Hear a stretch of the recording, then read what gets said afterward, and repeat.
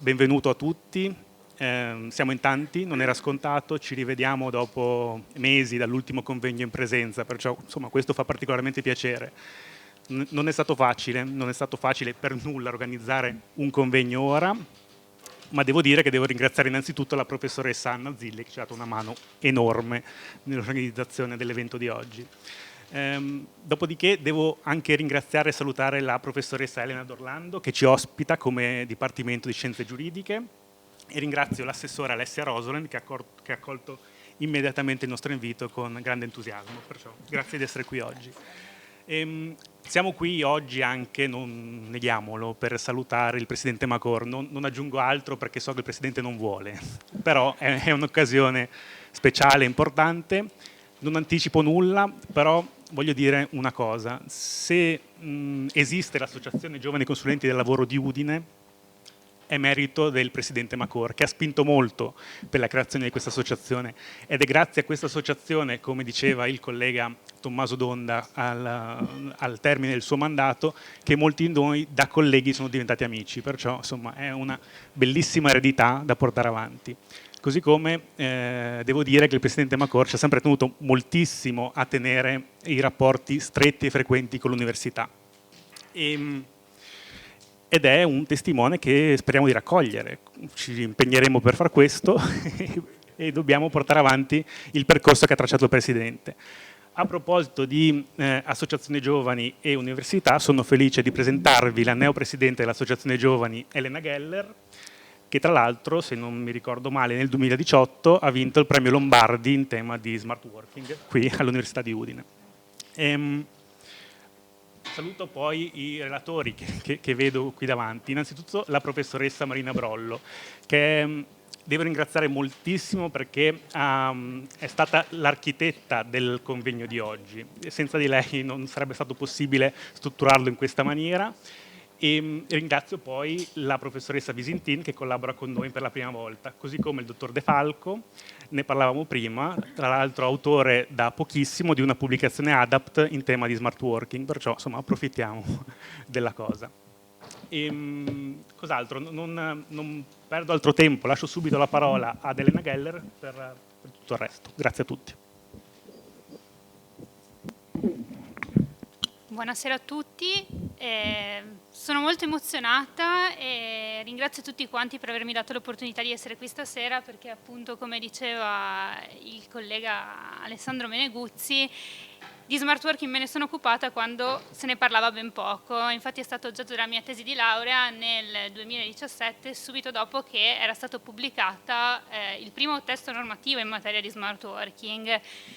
A quell'epoca di smart working si parlava poco, erano pochissime le realtà che lo avevano sperimentato, e devo dire che anche dopo la pubblicazione del testo normativo, le realtà che hanno adottato questa modalità organizzativa di lavoro sono rimaste poche. È stata poi questa emergenza sanitaria, l'emergenza epidemiologica, che ha portato lo smart working sulla bocca di tutti. Ed è per questo che oggi ritengo importantissimo essere qua ad affrontare tutte quelle criticità, i benefici e tutte quelle questioni che l'emergenza sanitaria ci ha posto di fronte. Lascio ora la parola alla professoressa Elena D'Orlando, direttrice del Dipartimento di Scienze Giuridiche dell'Università degli Studi di Udine. Grazie.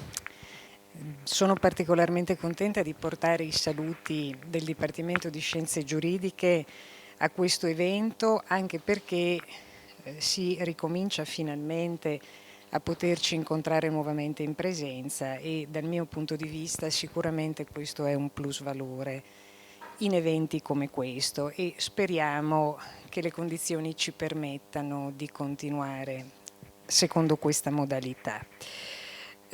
Sono inoltre molto contenta di poter portare i saluti del Dipartimento, perché il nostro Dipartimento con l'Ordine dei Consulenti del Lavoro ha un rapporto molto risalente nel tempo e posso dire anche molto intenso. Già tempo addietro abbiamo stipulato una convenzione quadro che ha dato molti frutti, e di questo devo ringraziare le colleghe che sono un po' il motore di tutte le attività che ruotano attorno al tema del diritto del lavoro, che sono Marina Brollo e Anna Zilli, e ovviamente tutti i loro collaboratori. E mi permetto da questo punto di vista di sottolineare come l'attività delle colleghe, che tra l'altro avviene all'interno del laboratorio lavoro che sta dentro il nostro Dipartimento di Scienze Giuridiche, è un'attività costantemente rivolta a temi di avanguardia di questa disciplina, come ricordava poco fa la dottoressa Geller, che grazie alle colleghe a suo tempo ha svolto una tesi su un argomento all'epoca pionieristico. Chi avrebbe immaginato che il tema del lavoro agile acquisisse l'importanza che ha oggi? E quindi vi invito a sfruttare, tra virgolette, in positivo il lavoro delle colleghe, che tra l'altro ha fatto anche del nostro Dipartimento un punto di riferimento importante nel panorama scientifico, non solo a livello locale ma anche a livello nazionale. Quindi auspico che la collaborazione tra l'Ordine dei Consulenti del Lavoro e il nostro Dipartimento non solo permanga, ma che si intensifichi sempre di più. Un altro elemento che tengo molto a sottolineare è la presenza anche della collega Visentin a questa iniziativa. Lo dicevo poco fa con chi mi ha preceduto. Curiosamente il presidente Meneguzzi e la presidente Geller sono laureati rispettivamente in giurisprudenza e in economia. Questo che cosa vuol dire? Vuol dire che il diritto del lavoro è una di quelle discipline che si prestano ad una reciproca fertilizzazione, come dicono certi giuristi, tra discipline tra loro complementari, come il diritto e l'economia. E quindi anche su questo piano mi fa particolarmente piacere che queste iniziative siano condivise con il Dipartimento di Economia e Statistica, e tra l'altro proprio le colleghe che collaborano a questo evento organizzano anche altre attività, come loro stesse vi diranno, di formazione, di aggiornamento e di specializzazione su questi temi, che proprio si avvalgono di un approccio interdisciplinare e multidisciplinare che penso che soprattutto su tematiche come questa sia quanto mai arricchente. Il tema che viene trattato quest'oggi, smart working tra lavoro e organizzazione, contiene già in sé molte suggestioni. Come già si comprende dal titolo della relazione di Marina Brollo, il tema del lavoro agile, da istituto utilizzato in situazioni emergenziali, può diventare ora diciamo un istituto di ordinario utilizzo, a patto immagino che venga però utilizzato con le dovute cautele e che sia quindi uno strumento utile e opportuno sia nella prospettiva del lavoratore sia nella prospettiva dell'organizzazione aziendale, azienda sia essa privata ma anche pubblica da questo punto di vista. Anche i titoli delle altre relazioni ovviamente sono molto suggestivi, a partire dal cenno all'inclusione sociale che riguarda la relazione del dottor De Falco e ovviamente anche agli aspetti più pratici e operativi, cioè i costi e agli aspetti fiscali del lavoro agile. Quindi davvero un insieme di tematiche molto ricco che penso sarà sicuramente utile anche per chi poi dal punto di vista pratico dovrà confrontarsi con queste nuove modalità operative. Quindi ringrazio ancora una volta l'Unione Provinciale di Udine, l'Ordine dei Consulenti del Lavoro, Consiglio Provinciale di Udine e ovviamente le colleghe che hanno organizzato questa iniziativa e i relatori.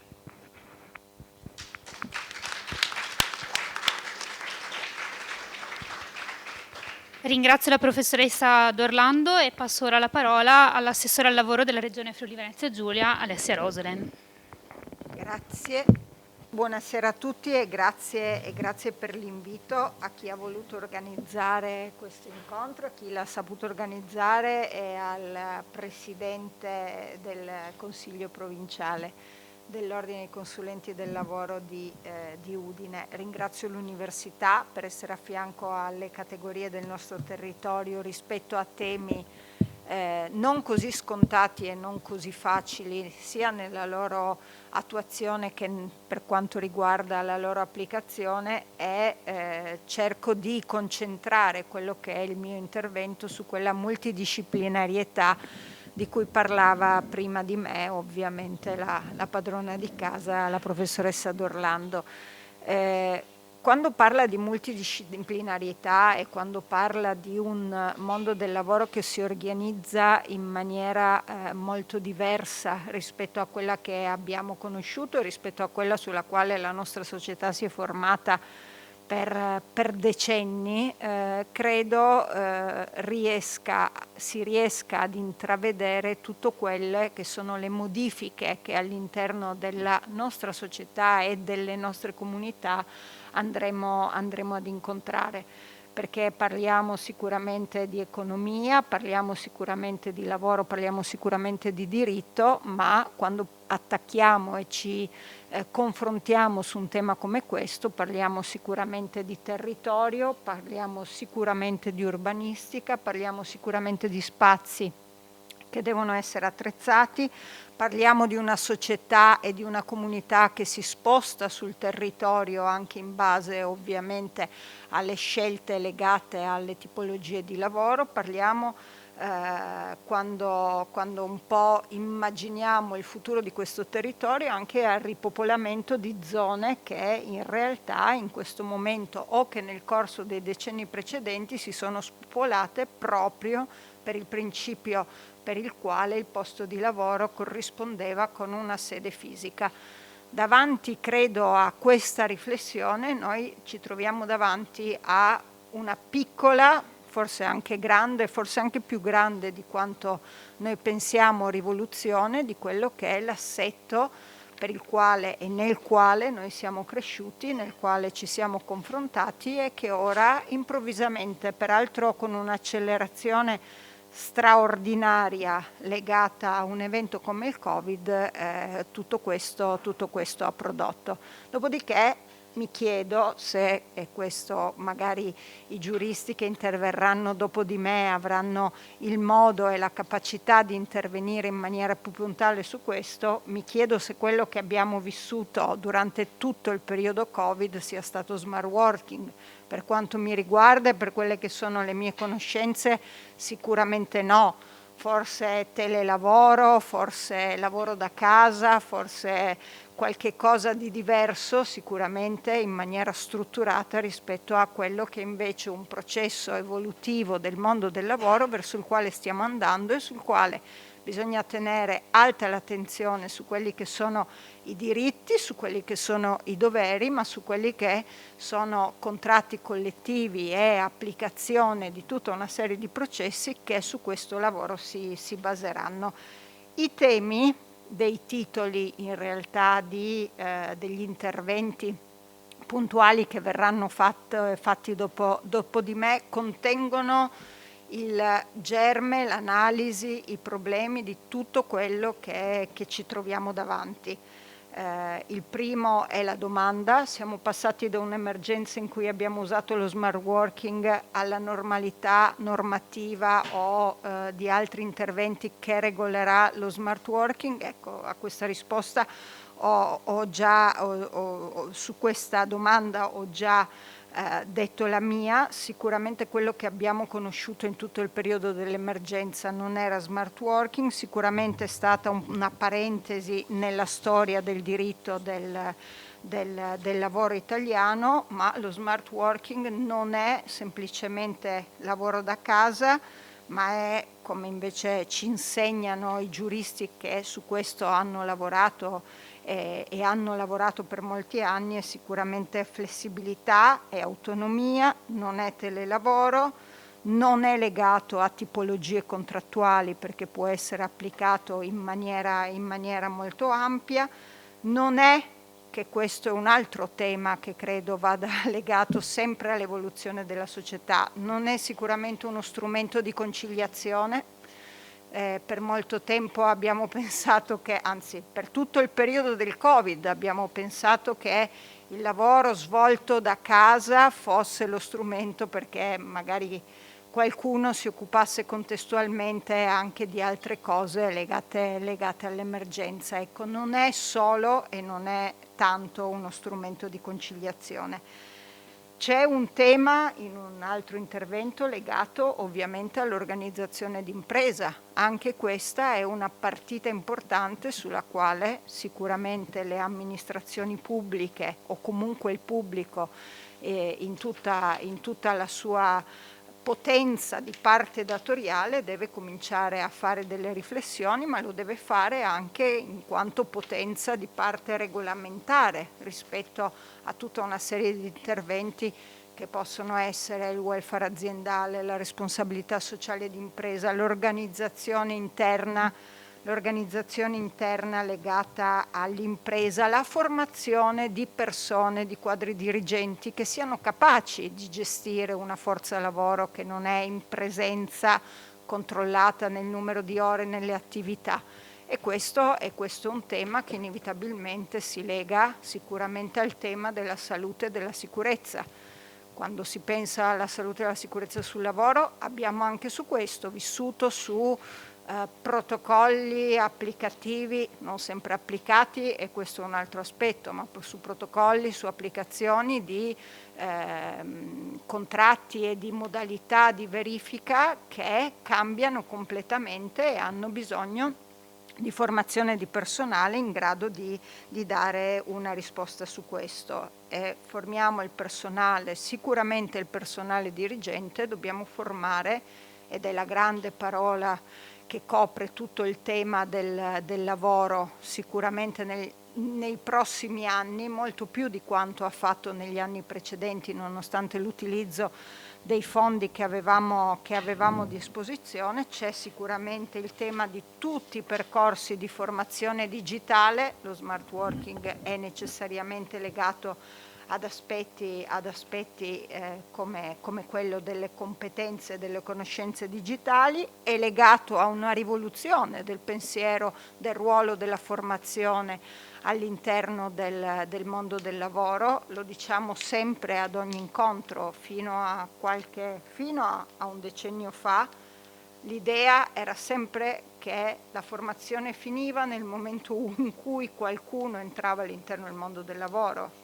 È completamente diversa, anzi direi che è assolutamente ribaltata. L'obbligatorietà dei percorsi formativi è molto più legata ed è costantemente legata al mantenimento del mondo del lavoro.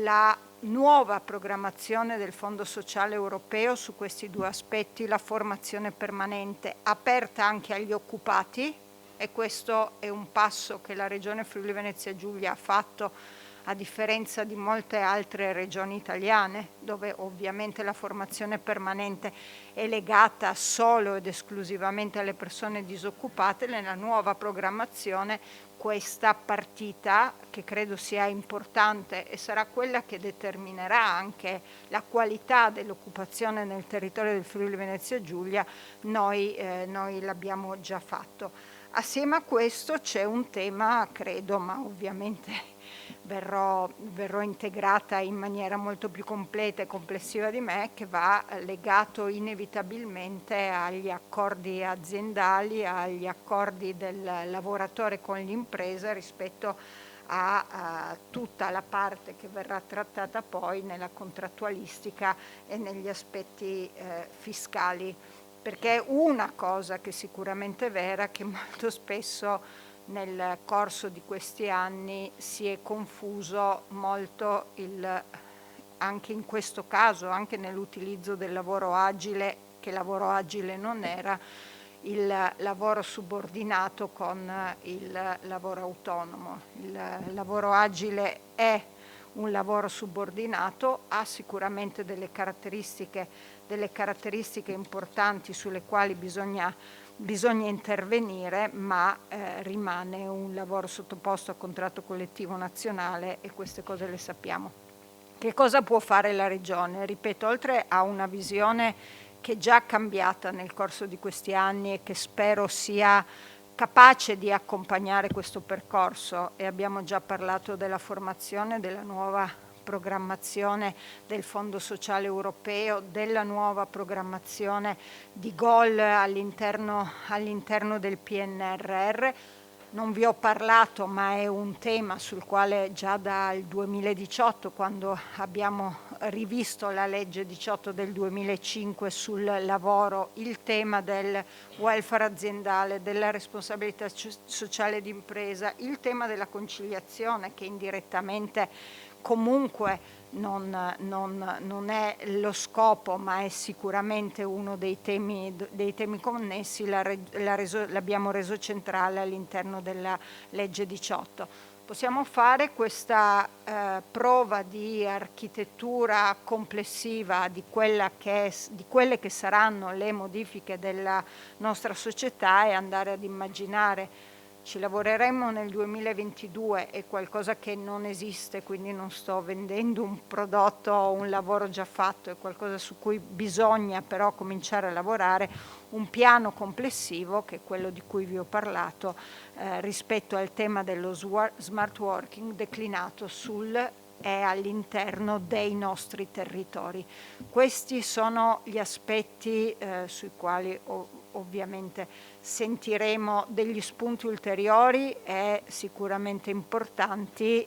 Cerchiamo di fare in modo che non sia una forma arcaica di lavoro subordinato, ma che sia l'evoluzione di tutte quelle che sono le esigenze di una società che dopo 2 anni di Covid è sicuramente cambiata, anche all'interno del mondo del lavoro non è sempre cambiata in meglio, ma che se la politica deve intervenire su qualche cosa è proprio sul far sì che qualsiasi tipo di evoluzione non solo sia accompagnata, sia ragionata, ma sia un'evoluzione in meglio. Per cui grazie e buon lavoro a tutti.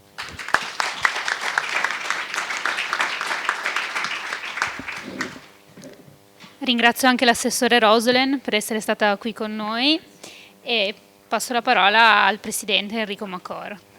Buonasera a tutti e benvenuti a questo incontro. Dopo l'annuncio che ha fatto il presidente anche del mio intervento, ormai Meneguzzi ha detto quasi tutto, no? Io dovevo solo parteciparvi delle mie decisioni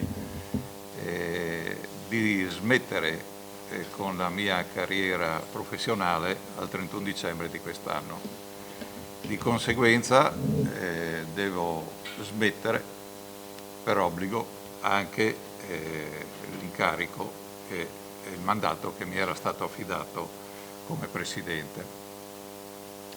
Devo ringraziarvi tutti per l'aiuto che avete dato, perché mi avete seguito. Spero di essermi comportato bene. D'altronde vedo che le persone che stanno rinnovando gli incarichi nelle varie posizioni della categoria, vedi il gruppo giovani che ha un nuovissimo presidente molto in gamba. Di questo sono tranquillo, la conosco da quando era praticante e lasciatemi dare un giudizio molto positivo alla Elena e sono contento che sia lei ad aver preso il posto di Tommaso, che peraltro devo ringraziare per la collaborazione e per tutto quello che ha fatto nella sua gestione dei giovani. Come sapete Tommaso adesso è nel Consiglio dell'Ordine, quindi è passato dall'altra parte. E come sono contento che sia Alessandro Meneguzzi presidente dell'ANCL, il nostro sindacato unitario, che praticamente è il braccio destro del Consiglio provinciale. Ha già dimostrato di darsi da fare e di avere delle buone iniziative. L'ANCL è sempre stato il braccio destro perché si è sempre occupato della formazione e sapete che noi la formazione dobbiamo farla per legge. Dobbiamo farla per legge perché per noi non è mai finito il tempo di studiare. Le novità, le leggi e tutto quanto, ma dobbiamo essere preparati. L'intreccio delle degli argomenti che dobbiamo trattare tra giuridici ed economici ci obbliga ad essere sempre presenti in queste cose.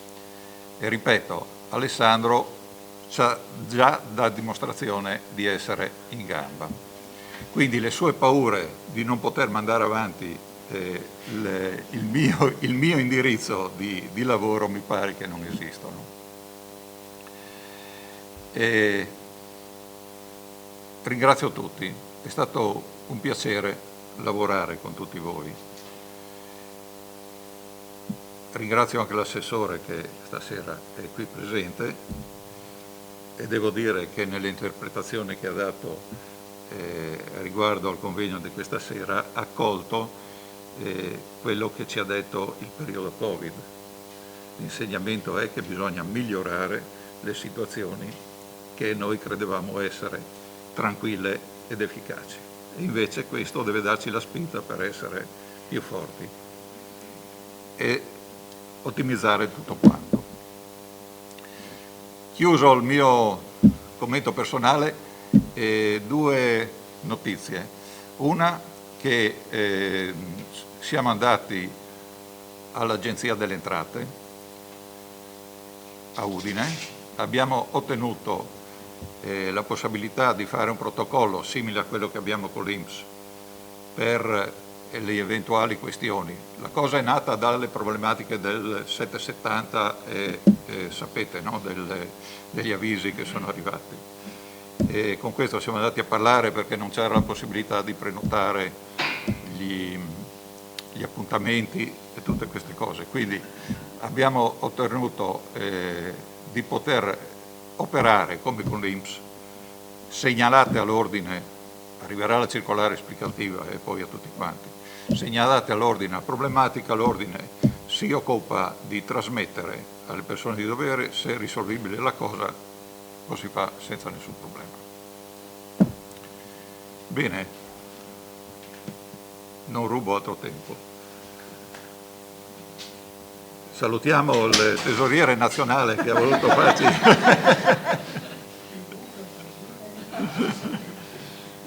Devo ricordare che anche l'università, con l'università, giustamente diceva la dottoressa prima, abbiamo cercato di collaborare. L'impegno c'è sempre stato e addirittura l'intenzione è quella che migliori. E spero che continui, i ragazzi mi pare che si stiano dando da fare, per questo è un altro motivo per cui sono tranquillo e contento. È giusto che i giovani prendono il nostro posto, vecchietti, e quindi portino avanti tutto il discorso. Va bene? Buon lavoro a tutti quanti.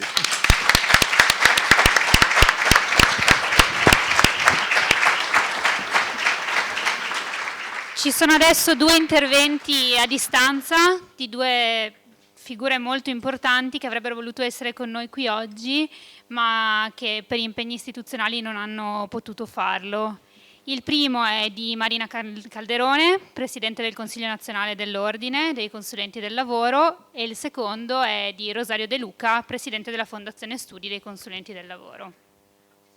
Buon pomeriggio colleghi e colleghe, grazie di avermi invitato al vostro evento, anche se virtualmente perché non posso essere lì con voi, però ho piacere di fare una piccola riflessione su quello che è l'oggetto di questo convegno, di questo vostro momento di incontro, perché credo che il tema dello smart working e dell'organizzazione sia uno di quei temi di prospettiva che sicuramente ai consulenti del lavoro interessano direttamente, perché siamo tutti quanti titolari di studi professionali, di organizzazioni più o meno complesse, con collaboratori, lavoratori dipendenti, ma siamo ovviamente i consulenti della piccola, media e in tanti casi anche grande impresa italiana, che certamente in questi mesi ha utilizzato ampiamente lo strumento dello smart working. Certamente quando parliamo di smart working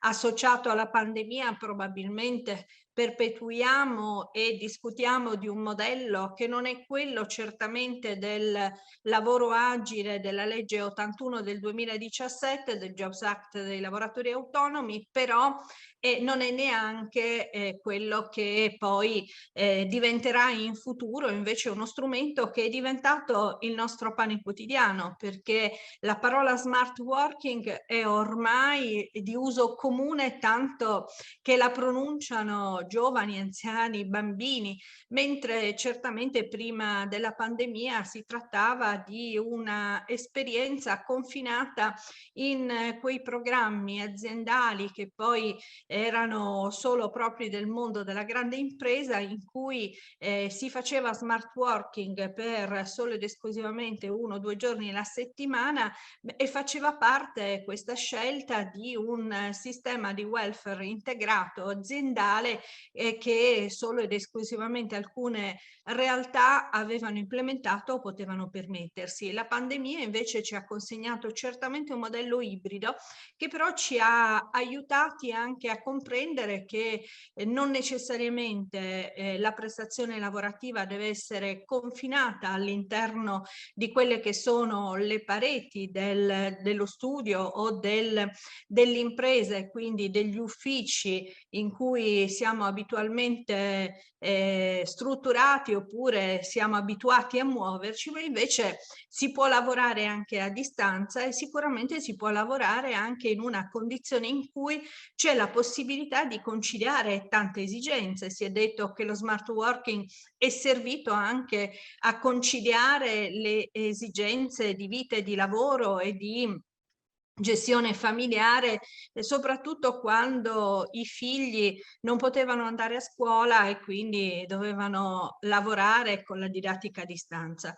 Certamente, dicevo prima, è un modello che ci ha messo di fronte anche a tante criticità, soprattutto a tante carenze infrastrutturali del nostro paese, perché è evidente che l'utilizzo dello smart working è connaturato a quelle che sono delle situazioni che poi sono connesse anche alla capacità di trasferire le informazioni e i dati, perché magari si ha a disposizione la fibra o la banda larga, mentre invece in alcune parti del paese questo non è stato possibile perché ancora deve essere completato il grandissimo progetto di transizione digitale dell'Italia.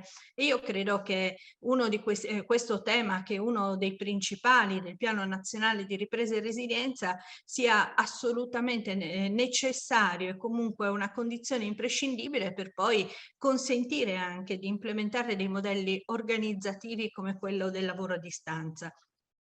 Certamente quando noi parliamo di smart working e organizzazione guardiamo al futuro, guardiamo a come questi strumenti possano consentire veramente di poter rendere più flessibile e nel contempo anche produttivamente concreta una prestazione lavorativa che, come dicevo, non è svolta nei luoghi tradizionali in cui invece eravamo abituati a vederla e a renderla.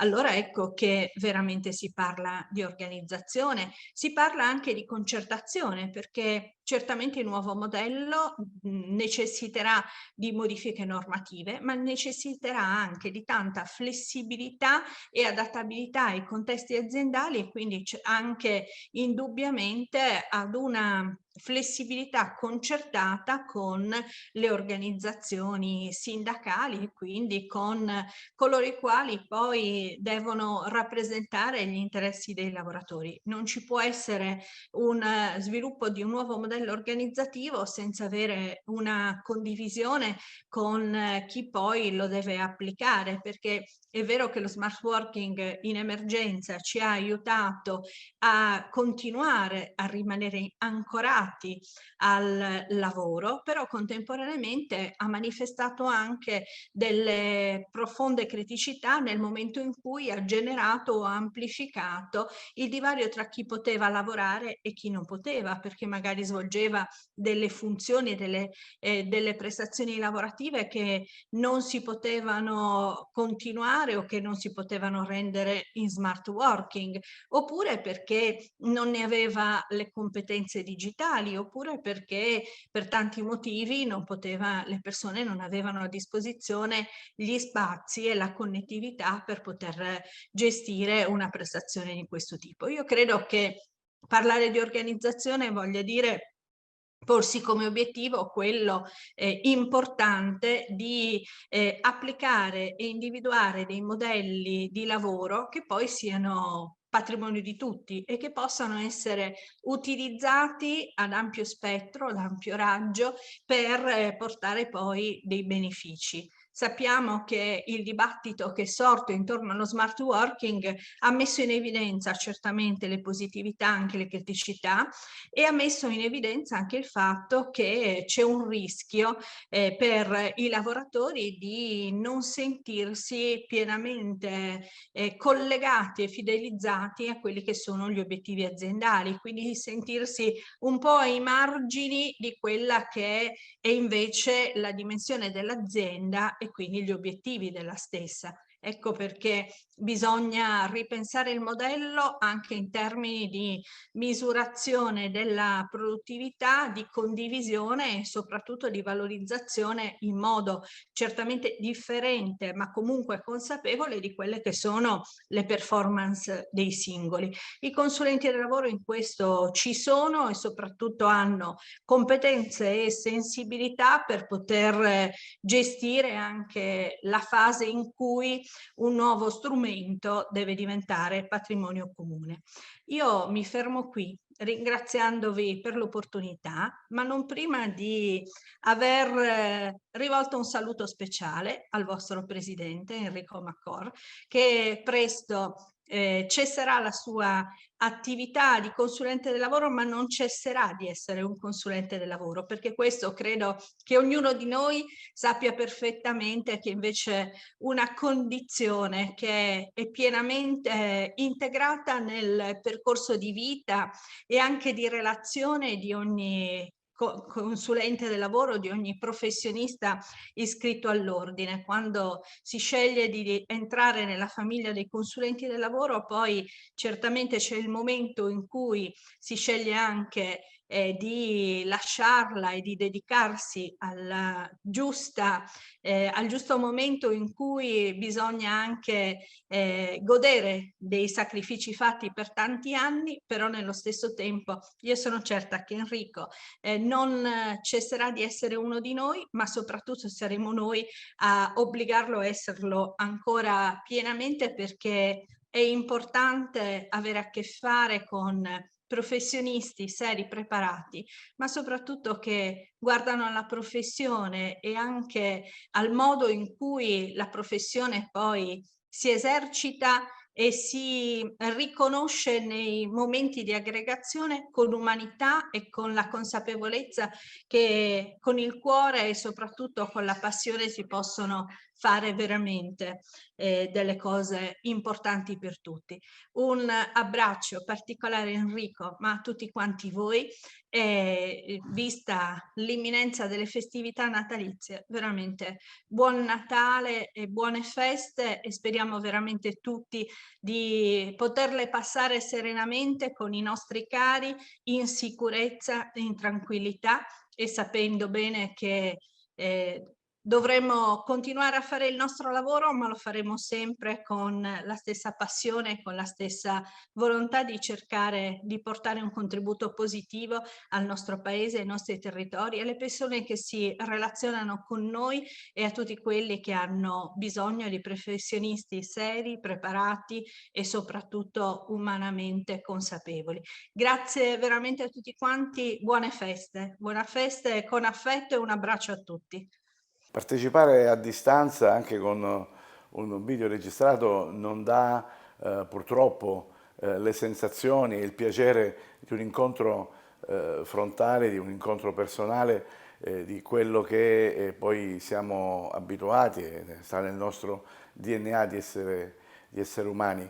Però perlomeno questo mezzo ci dà la possibilità di essere presenti in un'occasione così importante, per la quale ringrazio gli organizzatori, a cominciare dall'Università degli Studi di Udine, che ha dato il patrocinio, poi gli enti di categoria, l'ANCL, l'Associazione Giovani e il Consiglio Provinciale dell'Ordine, che chiaramente è il riferimento del Consiglio Nazionale della Fondazione Studi insieme alle altre componenti. Per il Consiglio Provinciale saluto e ringrazio Enrico Macor, Presidente, che come dire, oggi ci dà la possibilità di salutarlo particolarmente e con grande affetto, sottolineando quelle che sono state le sue doti e che sono le sue doti principali che ha voluto regalare alla categoria,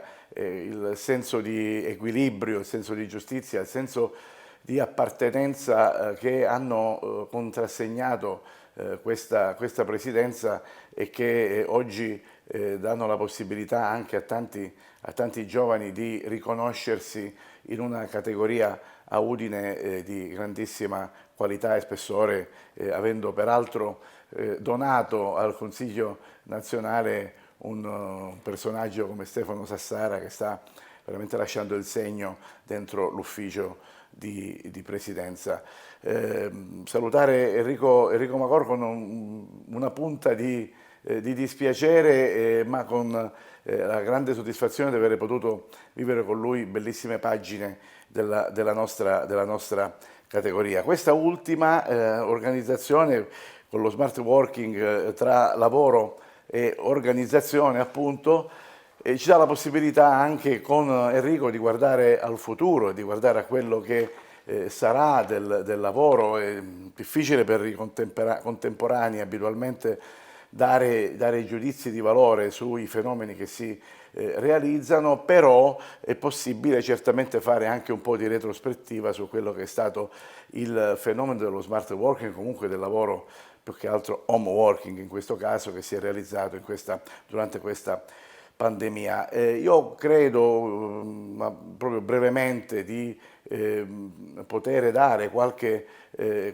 piccolo spunto per il dibattito che ci sarà, portando anche e testimoniando quello che come Fondazione Studi abbiamo fatto in questi ultimi tempi proprio sullo smart working. E più in particolare abbiamo raccolto una serie di dati che sono peraltro esistenti, ma anche facendo dei veri e propri carotaggi con i nostri iscritti. E ovviamente questa situazione pandemica ha portato degli vantaggi e degli svantaggi anche per quanto riguarda il lavoro e lo smart working in particolare. Fra i vantaggi non possiamo che annoverare l'abbattimento, direi drastico, delle morti in itinere, comunque in generale degli infortuni, delle morti in particolare, che si sono ridotti del 38%. Chiaramente non muovendosi per andare al lavoro si è ridotta questa percentuale, che è sempre da salutare con grande piacere. E così la conciliazione dei tempi vita e lavoro ha trovato sicuramente una fortunata coincidenza, anche se vedremo da qui a poco come ha lasciato anche però delle criticità. Quindi più in generale il miglioramento della qualità della vita, dello stile di vita. Questi sono, come dire, i vantaggi che sono stati anche enunciati da tantissimi lavoratori. Noi abbiamo fatto un sondaggio che ha portato il parere di quasi 2 milioni di lavoratori, sempre fatto tramite i colleghi consulenti del lavoro. E proprio da questo sondaggio sono venute fuori anche alcune criticità cui non possiamo come dire, fare a meno di sottolineare, che peraltro sono state anche fornite al Consiglio nazionale, che nella interlocuzione istituzionale, nelle audizioni, ha proprio sottolineato anche queste criticità e della necessità di intervento. E una criticità non può che essere quella dei problemi fisici lamentati dagli smart workers, e cioè quella impossibilità di svolgere l'attività secondo quelli che sono i criteri dettati dalla normativa sulla sicurezza sui luoghi di lavoro. È ovvio, è naturale, sembra quasi banale dire che una cosa è stare seduti un certo numero di ore a una scrivania che ha tutta la sua ergonomicità nelle attrezzature e nelle dotazioni, e una cosa sulla una sedia col tavolo della cucina o della sala da pranzo, perché evidentemente durante i lockdown, in particolare durante quel periodo, la casa era piena, era molto popolata, e questo ha portato anche altri tipi di, come dire, svantaggi, di criticità, e cioè quello della forzata convivenza e anche dell'utilizzo di attrezzature che non sempre nella normalità delle famiglie sono a disposizione contemporaneamente di tutti i componenti della famiglia. Una famiglia composta da 3, 4, 5 persone, è evidente che per poter fare contemporaneamente due lavoratori in smart working madre e padre e 3 ragazzi in DAD dovrebbero avere 5 supporti, 5 computer, 5 comunque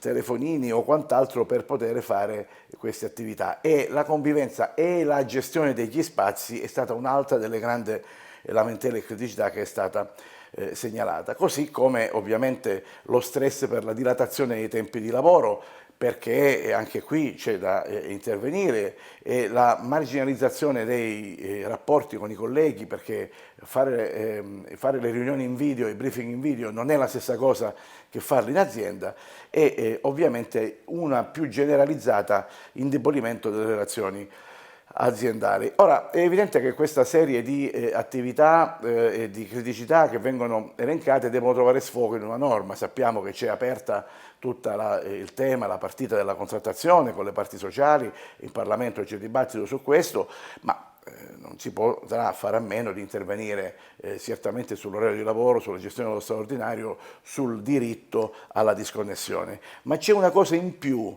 che non potrà contenere una norma e che bisognerà totalmente inventare e trovare, ed è un salto culturale che dovranno fare sia i datori di lavoro sia i lavoratori nell'approcciarsi a quello che sarà un modo di lavorare che, per quanto riguarda noi consulenti del lavoro, non riteniamo poter essere l'unica modalità di lavoro, ma sicuramente una modalità da adottare a secondo le esigenze aziendali, in maniera ovviamente mista, blended, rispetto al lavoro frontale, e questo salto culturale che implica che il datore di lavoro non può pensare di poter controllare il lavoratore che lavora a casa, e il lavoratore non può pensare che fare lo smart working vuol dire anche in qualche modo allentare un po' i ritmi lavorativi. Io credo che siamo tutti davanti a una sfida, tutti i protagonisti, i soggetti che operano nel mercato e nel mondo del lavoro sono davanti a una sfida, è la sfida di un cambio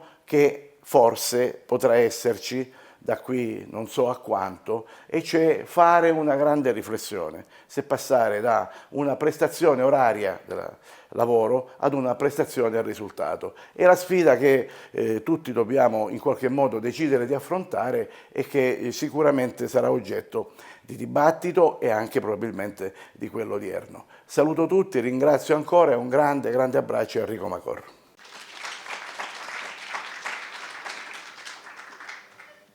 Nel ringraziare il Presidente Macor per la fiducia e per tutto quello che ha fatto per la categoria e soprattutto per noi giovani, lo invito ad avvicinarsi nuovamente, e invito ad avvicinarsi anche il collega Roberto Re.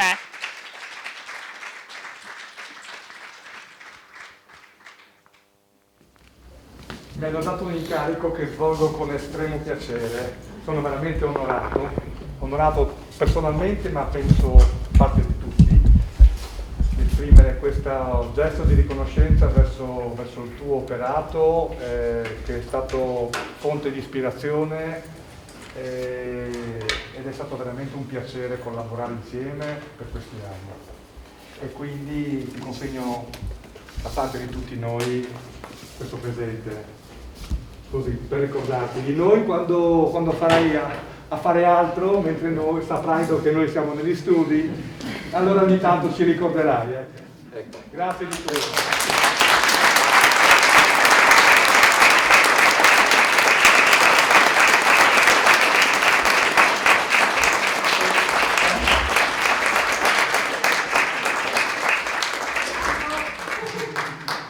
Se volevate farmi commuovere ci siete riusciti. E l'avete fatto volutamente, sia con i video che con questa cosa. Non so cosa dirvi più, va bene? A questo punto mi dispiace anche non essere però ormai le decisioni sono prese, avrò un valido sostituto.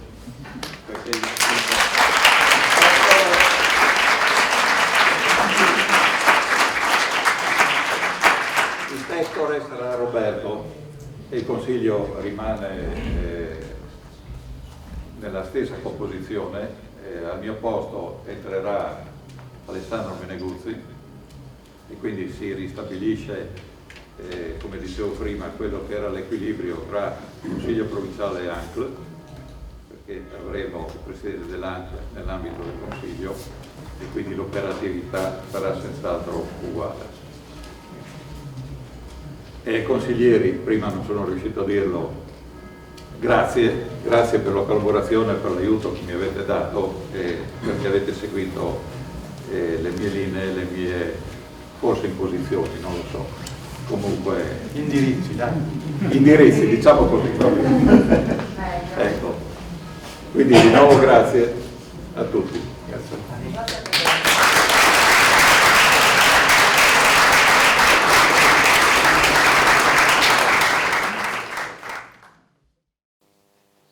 Con grande piacere passo ora la parola alla prima relatrice della serata, la professoressa Marina Brollo, ordinaria di diritto del lavoro all'Università degli Studi di Udine, coordinatrice del gruppo nazionale di valutazione della qualità della ricerca di area giuridica, direttrice del Master di inclusione delle diversità, già presidente AIGLAS, CUG, facoltà di economia, ha diritto e dirige vari progetti di ricerca di interesse nazionale, collabora con diverse riviste giuridiche di fascia A, ha pubblicato oltre un centinaio di pubblicazioni su temi lavoristici, collabora con il Messaggero Veneto e non da ultimo la professoressa Brollo è componente del gruppo di studi ministeriali sul lavoro agile.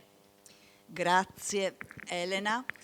Ed è con vero piacere che ho accolto l'invito dei nuovi giovani rappresentanti dell'Ordine dei Consulenti del Lavoro, il dottor Alessandro Meneguzzi e la dottoressa Elena Geller, che mi sono particolarmente cari come appunto continuatori di un rapporto di stretta collaborazione che da anni abbiamo avuto con il presidente Enrico Maccor, che saluto affettuosamente e che ringrazio per tutti gli anni di collaborazione assieme, così come ringrazio anche l'ex presidente Stefano Sassara, perché già con lui avevamo collaborato e continuiamo a collaborare, per cui quando ho qualche problema a livello nazionale chiamo il vostro tesoriere e lui mi dà sempre una mano.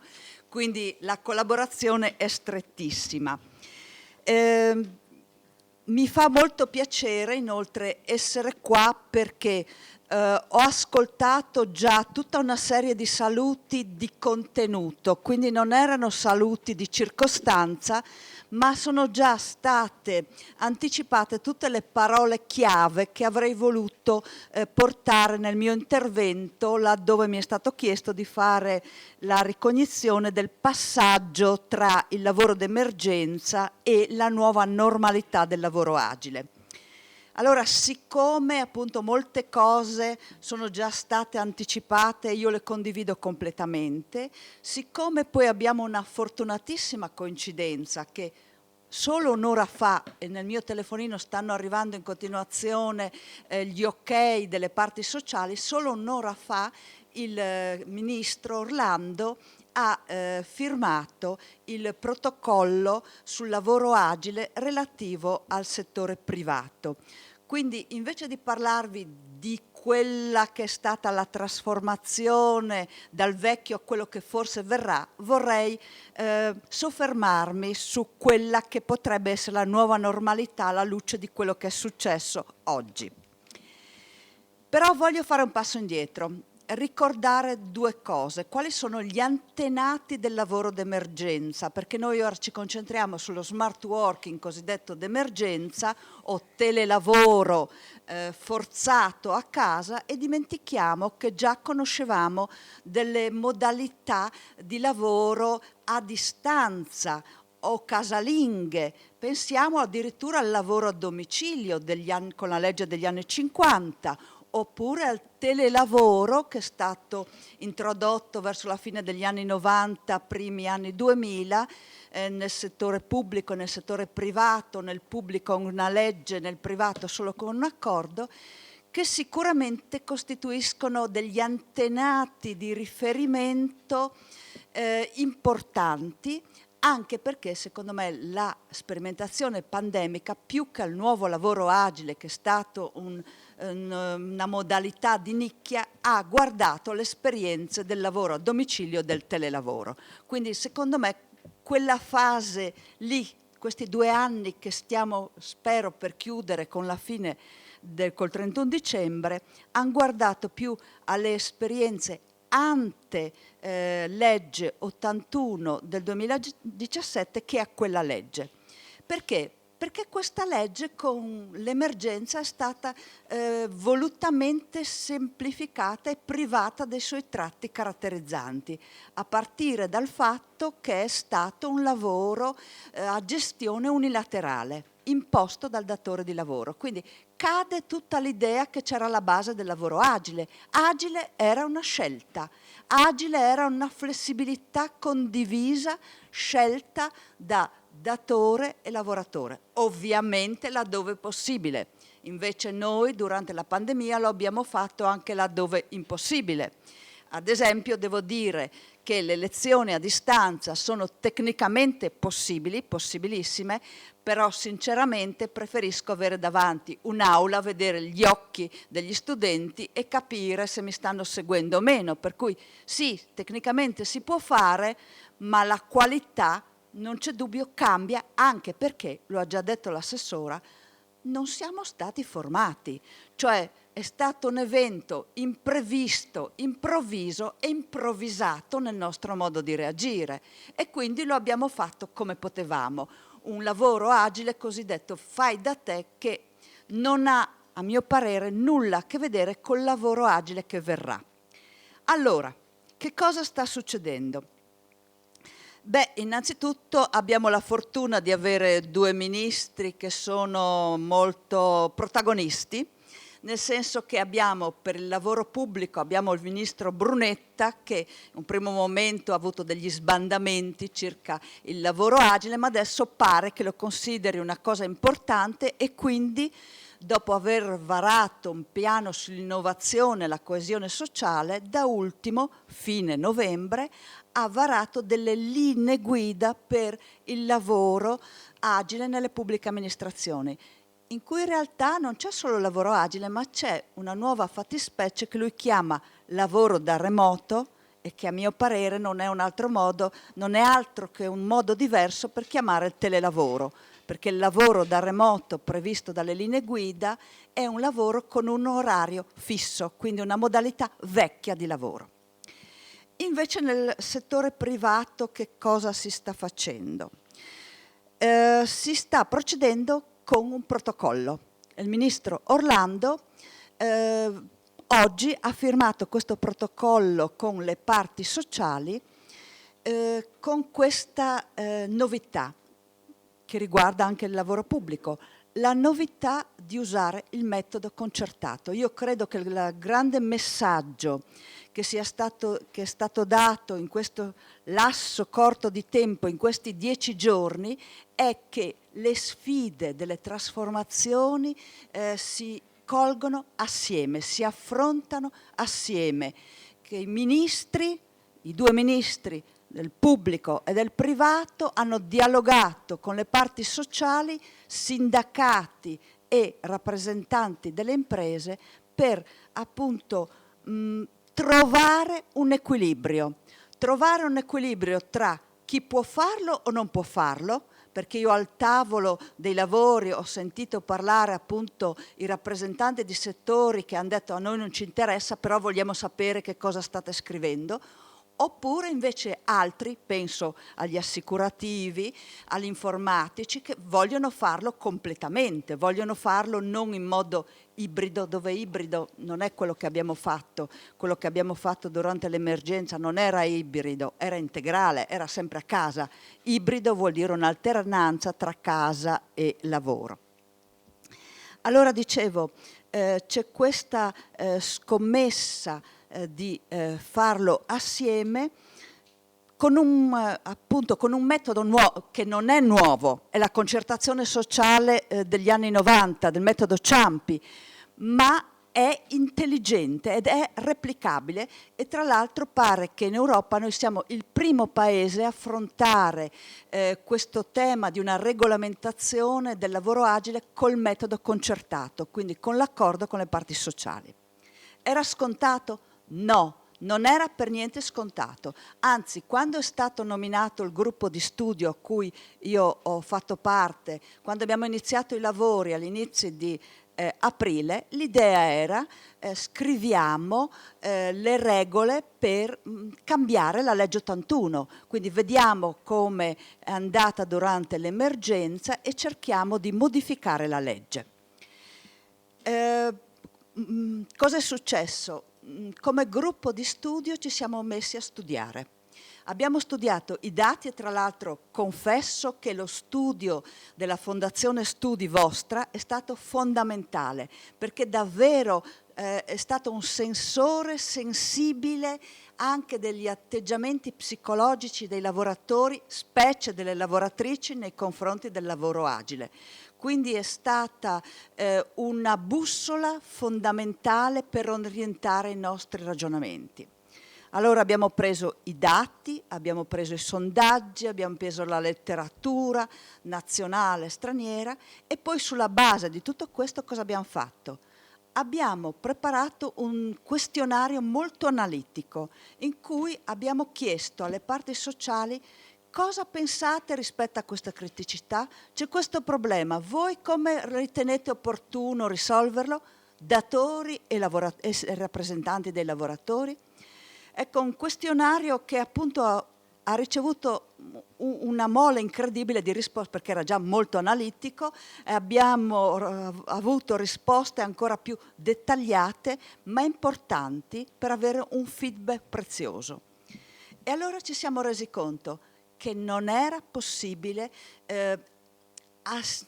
sintonizzarsi rispetto alle aspettative del Paese con una modifica legislativa, che la legge è troppo rigida, che può andare troppo avanti o rimanere troppo indietro, che poi una volta che entra nelle aule parlamentari non si sa come esce, quindi che non potevamo permetterci di tentare quella strada della legislazione, anche se in Parlamento ci sono ben 8 progetti di legge, quindi c'era il materiale per poterci lavorare, ma abbiamo fatto questa scelta diversa. Proviamo prima a dialogare con le parti sociali, proviamo a costruire un accordo ponte, una spinta mite, dolce, verso una regolamentazione di un lavoro agile che verrà.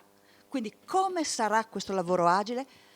Ma noi abbiamo costruito una specie di rete con il protocollo.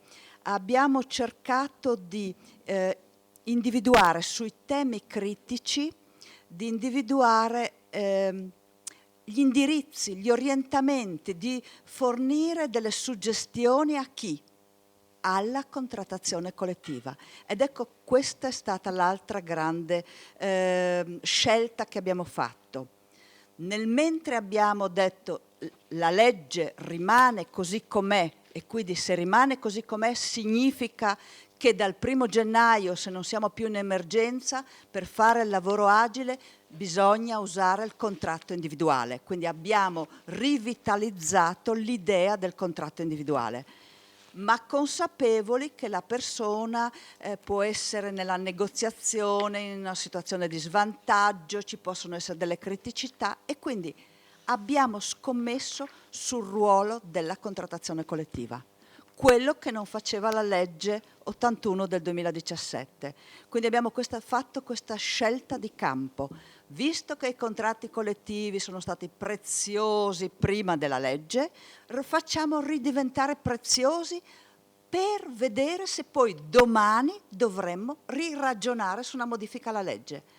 E addirittura, dicevo, un accordo ponte che potrebbe in un futuro portare anche a una nuova legge, quando poi si è sperimentata la nuova regolamentazione concordata. Non solo, ma io ho lanciato anche quest'idea, che la legge potrebbe essere addirittura una sorta di statuto del lavoro a distanza. Quindi basta queste distinzioni fittizie tra lavoro, telelavoro, lavoro da remoto. Creiamo tutta una regolamentazione del nuovo lavoro a distanza che eviti questa difficoltà di dover sempre tracciare dei confini tra una cosa e l'altra e di dover prevedere delle regole diverse tra situazioni che sono simili. Quindi la scommessa che abbiamo fatto è questa. Facciamo un passo alla volta e soprattutto non facciamolo da soli, ma facciamolo con chi ha la consapevolezza di quella che è la realtà effettiva, che è una realtà a macchia di leopardo, che è una realtà in cui, appunto, come si è già detto benissimo, bisogna cambiare la cultura e soprattutto bisogna cambiare l'organizzazione prima di inserire nuove modalità, e quindi benissimo avete fatto a coinvolgere la professoressa Visintin, perché il cuore pulsante del cambiamento sta nell'organizzazione, non solo, ma sta nel dialogo interdisciplinare, per cui è importante che le regole dialoghino con le condizioni di contesto e anche con gli aspetti psicologici, perché abbiamo sentito prima quali sono anche i rischi del lavoro agile. Apro una parentesi per dirvi che rispetto ai rischi si è già parlato di un rischio isolamento, dalla preoccupazione, dello stress del lavoro agile. Ecco, rispetto a questo rischio io ho suggerito questo, di trasformare la formazione non solo in uno strumento necessario, una formazione specifica per i lavoratori agili, ma anche in una sorta di antidoto rispetto all'isolamento. Cioè la formazione deve essere anche un momento per stare di nuovo assieme, per condividere le preoccupazioni, per condividere le criticità, per cambiare le cose.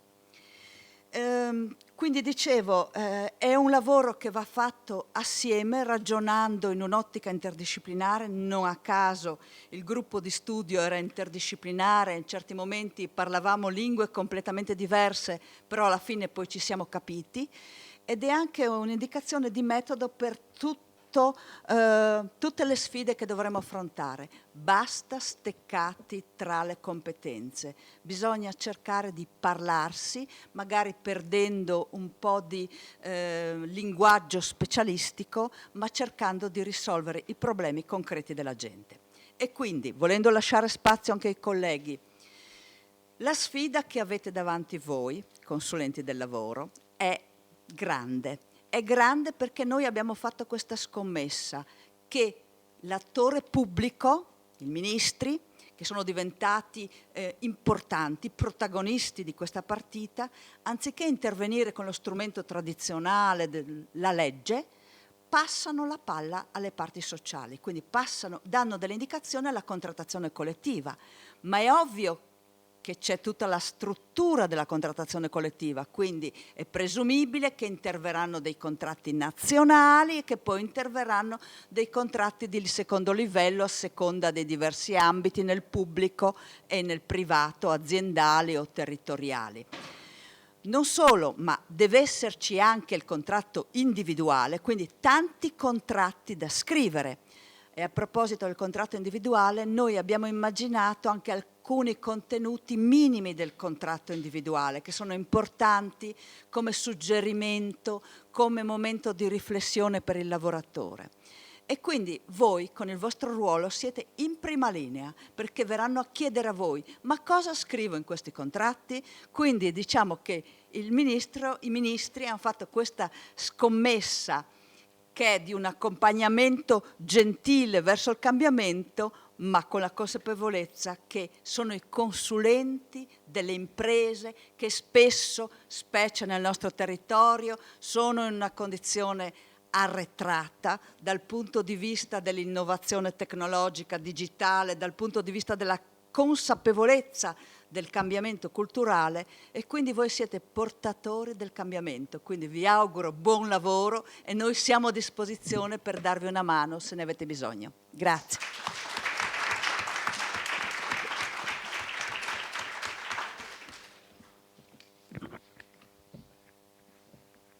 come ringrazio la professoressa Brollo per il suo intervento e come ha detto lei sicuramente la disciplina del lavoro è fondamentale, ma altrettanto lo è l'organizzazione. Disciplina del lavoro e organizzazione possiamo considerarle senza dubbio due facce della stessa medaglia e noi consulenti del lavoro sicuramente le conosciamo e le dobbiamo approfondire e vivere entrambe.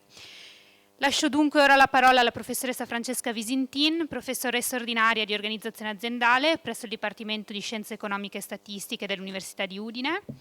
I suoi temi di ricerca includono la gestione delle risorse umane, la leadership, la governance delle start-up tecnologiche e delle imprese familiari. Oltre ad essere direttrice del Master in Gestione delle Risorse Umane ed Organizzazione del Lavoro, insegna Gestione delle Risorse Umane e Gestione dei Team Innovativi nei corsi di laurea triennale e magistrale in Economia Aziendale. Ha scritto numerose pubblicazioni nazionali ed internazionali ed è coautrice di varie monografie, tra cui quella di maggior successo è intitolata Corporate Governance, Finance and the Technological Advantage of Nations. Grazie mille, grazie di avermi accolto, sono molto emozionata, devo ammettere. Avete sentito dalla mia presentazione che io insegno gestione delle risorse umane, bene, questa è la mia aula e non ci entro da quasi 2 anni perché noi l'anno scorso eravamo rientrati in presenza con la magistrale, invece gli studenti della triennale erano rimasti a casa, quindi non entro in quest'aula da 2 anni dove faccio di solito il corso di gestione delle risorse umane, quindi sono molto, molto emozionata e molto contenta e quindi vi ringrazio ancora di avermi qui con voi. Ringrazio anche la professoressa Brollo perché proprio ha diciamo, dato il via al mio intervento con una serie di termini, una serie di riflessioni che effettivamente non ci siamo accordate, ma vedrete che richiamano o comunque che insomma, toccano gli stessi temi. Allora, diciamo, mi sono chiesta in questi giorni come iniziare questo intervento, ma penso che la cosa più semplice sia chiedersi perché le imprese dovrebbero essere interessate ad adottare nuovi modelli organizzativi, ma in particolare dovrebbero essere interessate allo smart working. Ecco, vi anticipo, io sono un'aziendalista, quindi guardo le cose dal lato delle imprese e nonostante insegni gestione delle risorse umane, quindi le guardi anche dal lato delle risorse umane, però insomma sono un'aziendalista.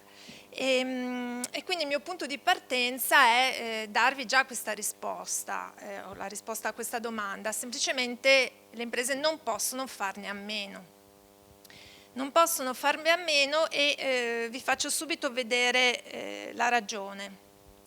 Questa è la piantina, è una mappa che fa vedere il livello della produttività delle nostre imprese, delle imprese italiane rispetto alla media europea.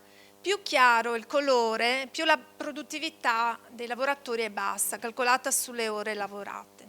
Vedete che il nostro è un verde chiaro rispetto al verde scuro della Germania, al verde scuro della penisola scandinava, al blu scurissimo dell'Irlanda. I nostri lavoratori sono poco produttivi. Sono poco produttivi e un'azienda che ha lavoratori poco produttivi non è competitiva. Non può essere competitiva e non può permettersi di continuare ad usare le tradizionali tecniche organizzative, i tradizionali modelli organizzativi. Le cause sono tante, mi direte voi, ogni volta che faccio vedere questa mappa si comincia a dire non sono le imprese, ma è la burocrazia, il digital divide, l'Italia è un paese fermo, ci mettiamo troppo a fare tutto. Mi dispiace, ma non è proprio così, perché se noi prendiamo in considerazione le grandi imprese che certamente hanno più risorse da investire o da utilizzare nella gestione della burocrazia, se prendiamo in considerazione le nostre grandi imprese, di fatto sono le più produttive a livello europeo. Quindi le nostre grandi imprese funzionano benissimo, sono le nostre piccole e medie imprese che sono in estrema difficoltà. ma voi saprete che in Italia le piccole e medie imprese rappresentano il 99% delle imprese, e da qui questo dato. Allora, cosa ci diceva qualche tempo fa il Sole 24 Ore? Nel 2019 ci diceva 1/3 dei lavoratori italiani non è produttivo per colpa dei manager.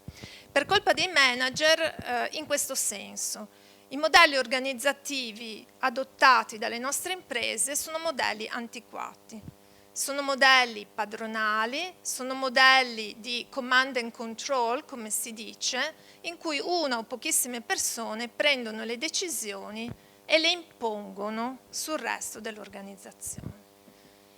Questi modelli non funzionano più. Nel resto del mondo civilizzato ormai sono avanti da tanto tempo.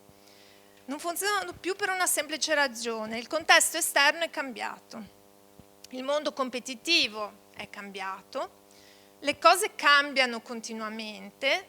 C'è un bellissimo testo di un filosofo, Taleb, che chiama questo nuovo mondo incertocene.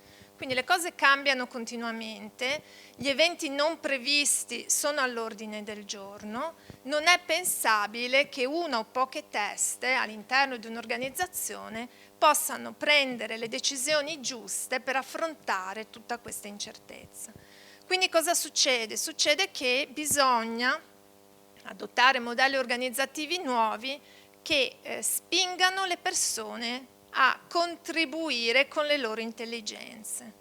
Quando si parla di smart working, sono date 1000 interpretazioni a questo termine, ma in organizzazione, dove il termine è nato, quando si parla di smart working si fa riferimento allo smart.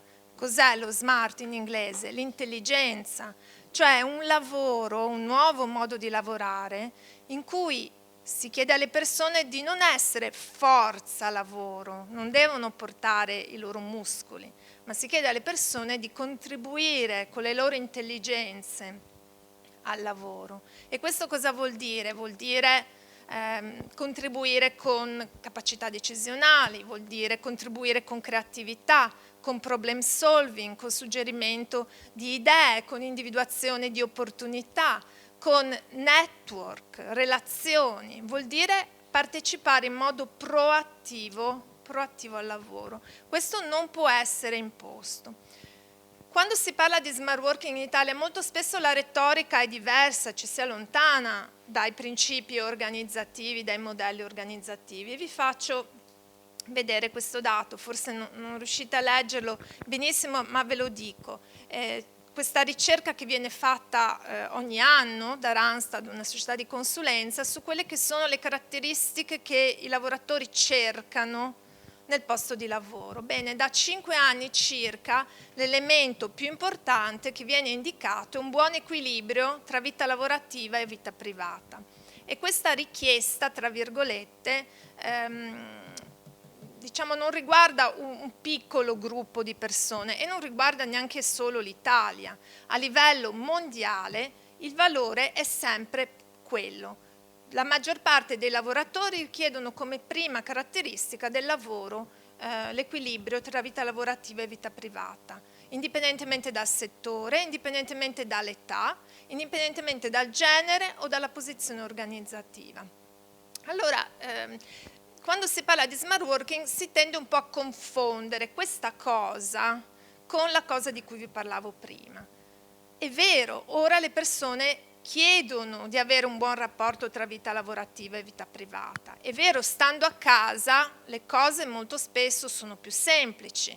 Da donna metto su una lavatrice, metto sul sugo, faccio 2 incontri via Teams e invece di fare la pausa caffè rimetto ad asciugare, la mia vita è decisamente molto più semplice. Ma sono più motivata? No.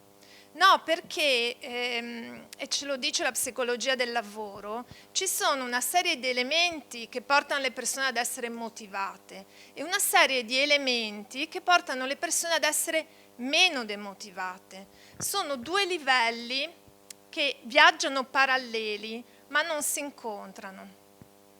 Gli elementi logistici del lavoro mi riducono la demotivazione.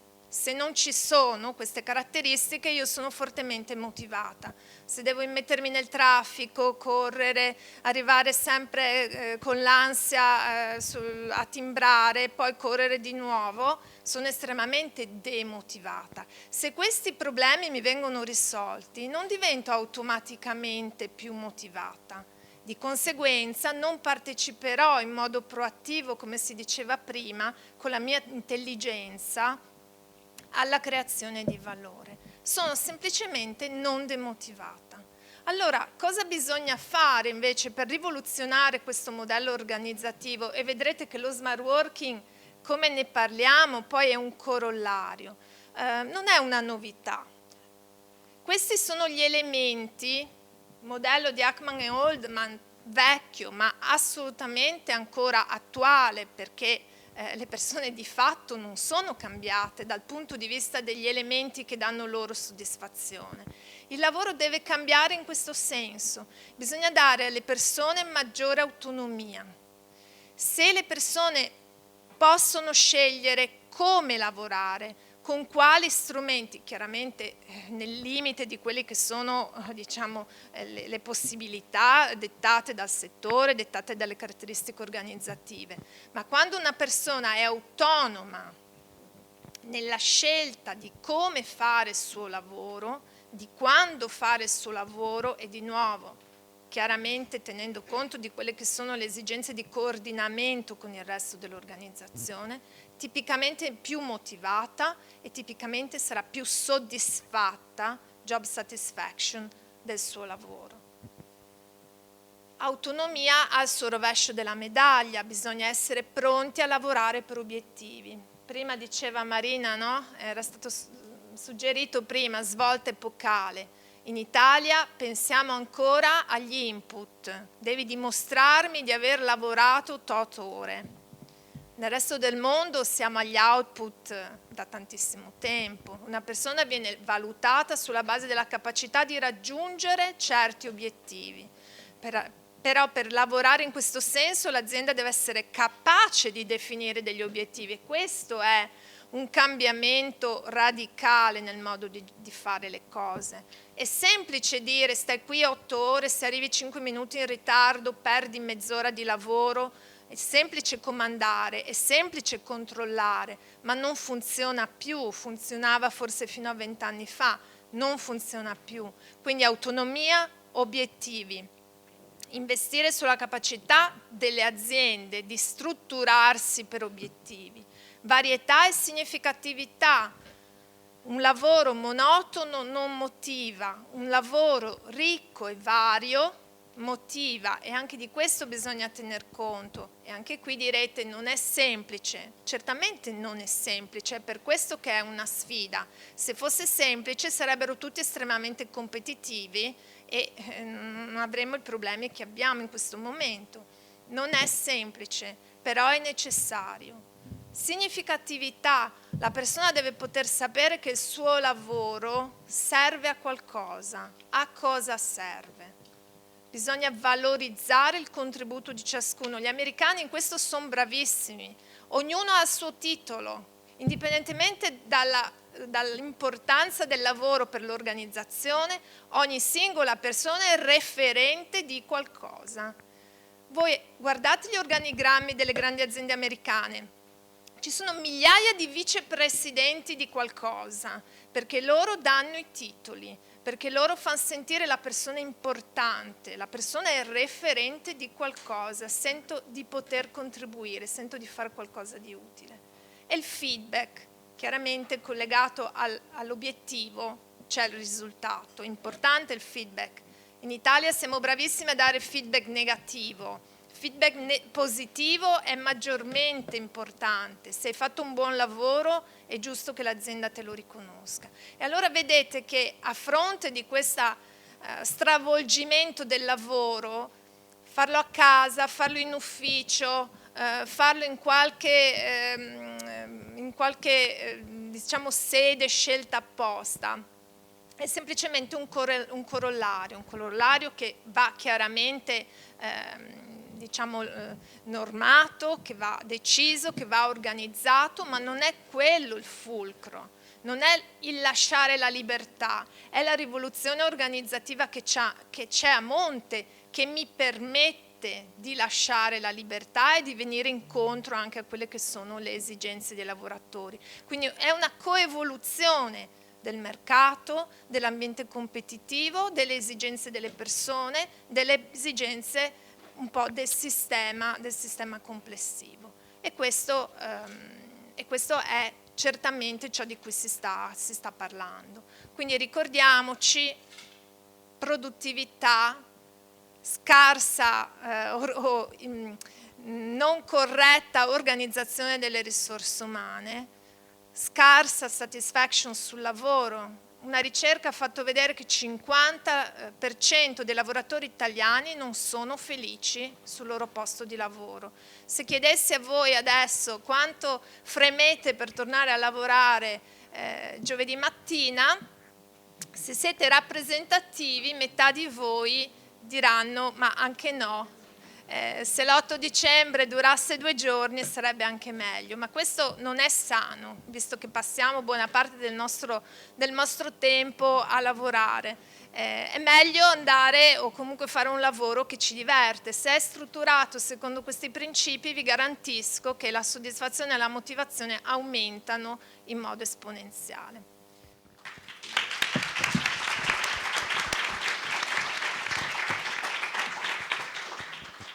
Ringrazio anche la professoressa Visintin per il suo intervento. Abbiamo parlato di disciplina del lavoro, di organizzazione e ora avremo modo di vedere come lo smart working può essere anche considerato uno strumento di inclusione sociale.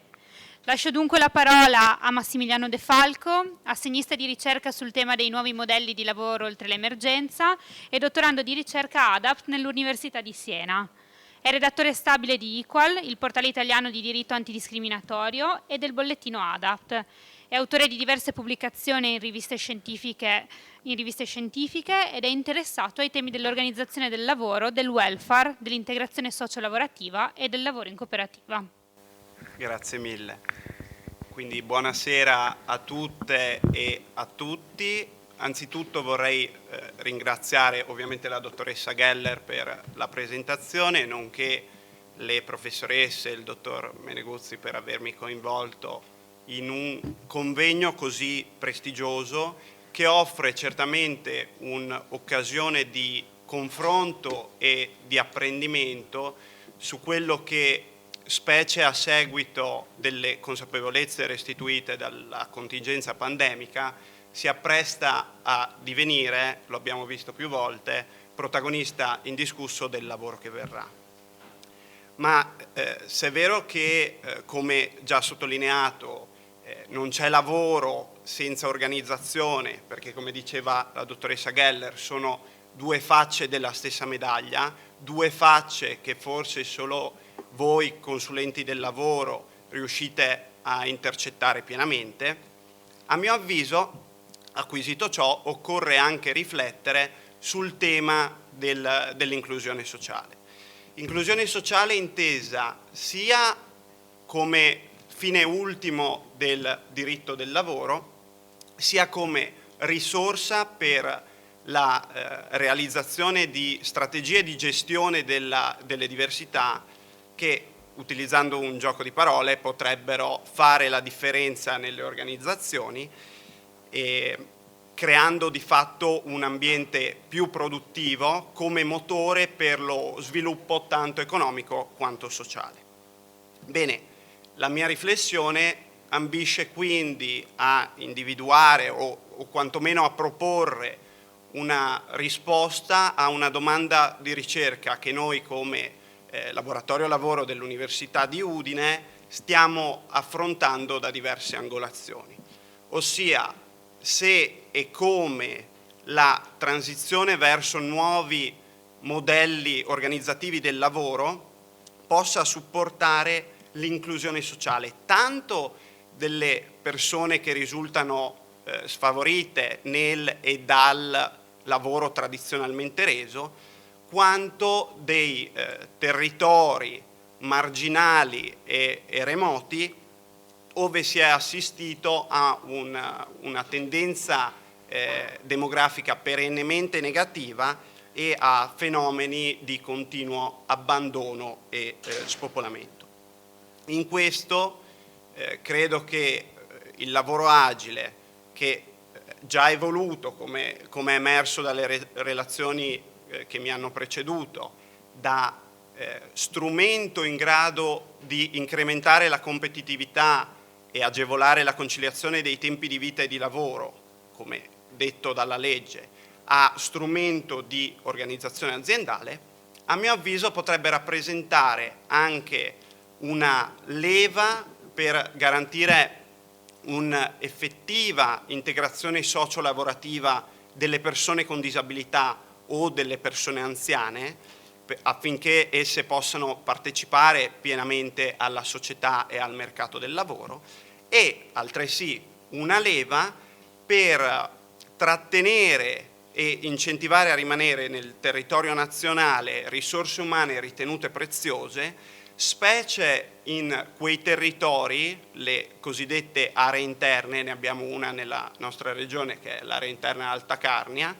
che, come anticipavo, sono caratterizzate da incessanti fenomeni di spopolamento. Sebbene alcune indagini empiriche, anche sul territorio regionale, condotte in tempi prepandemici, documentavano come il lavoro agile fosse compatibile con una quota assai ridotta di mestieri, intorno al 30%, e diciamo riconducibile al mero segmento impiegatizio puro, non si può trascurare di fatto come gli scenari prospettici offerti dalla reportistica nazionale prevedano che la platea di lavori e di lavoratori potenzialmente agili stia aumentando e sia destinata ad aumentare anche in futuro. Infatti il progressivo affermarsi dell'industria 4.0 ha determinato una ibridazione delle professioni, per cui molte di queste possiedono una porzione più o meno ampia di attività latamente intellettuali eseguibili da remoto. La tensione quindi sarà sempre più verso un lavoro per cicli e obiettivi, dove l'enfasi non sarà tanto posta sullo scambio tra presenza e retribuzione, quanto più tra autonomia, responsabilità e risultato della prestazione medesima. E questo lo ha detto molto bene anche la professoressa Brollo in un suo recente saggio, enfatizzando la rilevanza del cosa un lavoratore fa rispetto a quando e dove lo fa. Ebbene, in questo scenario occorrerà valorizzare le potenzialità del lavoro agile come strumento inclusivo sia per le persone sia per il territorio. Prima di entrare nel merito di ulteriori riflessioni, mi permetterei di fare un passo indietro, evidenziando come, ancora una volta, in quanto già evidenziato nel dibattito odierno, sino a prima dello scoppio dell'emergenza pandemica, il lavoro agile rappresentava un istituto di nicchia, quindi un fenomeno circoscritto alle sole realtà imprenditoriali di grandi dimensioni e per lo più conosciuto solo da voi addetti ai lavori, nel concreto. Diversamente però, nella sua versione pandemica, tale strumento ha mostrato un'apprezzata utilità, specie in quelle realtà imprenditoriali in cui era quantomeno minimamente impiegato, rappresentando di fatto una risposta sistemica affinché le attività lavorative proseguissero o riprendessero da remoto, risposta sistemica comunque idonea a salvaguardare diritti costituzionalmente protetti. Su tutti diritto alla salute, diritto al lavoro e ovviamente anche il diritto alla produzione. Ancorché confinati entro le mura domestiche e con orari fissi, rigidi e spesso dilatati, i prestatori in questo scenario hanno potuto interfacciarsi nel concreto e sperimentare pregi e limiti di questa modalità di lavorare. Ma a prescindere dai singoli effetti percepiti, questa si è dimostrata uno strumento inclusivo, in particolare per quelle persone che necessitano di una conciliazione tra le loro esigenze di vita e di lavoro, anche mutevoli durante le carriere, ovvero che abbisognano di accomodamenti ragionevoli. Rispetto a quest'ultimo profilo mi spiego meglio. L'articolo 3,3 bis del decreto legislativo 216 del 2003 statuisce un obbligo gravante su tutti i datori di lavoro, pubblici e privati, di adottare accomodamenti ragionevoli in funzione delle esigenze concrete delle persone con disabilità, ossia di apportare una revisione, una modifica al proprio assetto organizzativo, di modo che la persona che si trova in una incolpevole situazione di oggettiva difficoltà, di modo che a essa possa essere garantito l'esercizio e il godimento su base di uguaglianza con gli altri di tutti i diritti umani e delle libertà fondamentali. Il decreto legislativo menzionato prevede che l'unica esimente per il datore di lavoro sia rappresentata dal fatto che tale riorganizzazione non comporti un onere finanziario eccessivo o sproporzionato rispetto alle dimensioni e alle risorse dell'impresa. Posto però che l'accomodamento ragionevole non sia una caritatevole offerta ma un vero e proprio obbligo giuridico, le imprese che sono onerate da tale obbligo potrebbero sfruttare a loro favore lo strumento del lavoro agile, che certamente risponde alle esigenze di conciliazione delle persone fragili, come è stato dimostrato nel contesto pandemico, e che comunque non è tale da stravolgere l'organizzazione anche in funzione delle misure compensative che lo Stato ha predisposto a tale fine. Ragionando però in termini di benefici più che di assolvimento di obblighi, il benessere lavorativo generato dal lavoro agile consentirebbe alla persona con disabilità di mantenere un posto di lavoro comunque confacente ai suoi bisogni di cura e di assistenza, quantomeno in termini di tempi e spazi da dedicarvi. In questo però, in una simile prospettazione, non deve essere trascurato il ruolo ambivalente della digitalizzazione, che è già stato sottolineato oggi, e cioè se da un lato essa può rappresentare uno strumento di empowerment personale e sociale, dall'altro essa potrebbe anche rappresentare rischi di isolamento relazionale e sociale.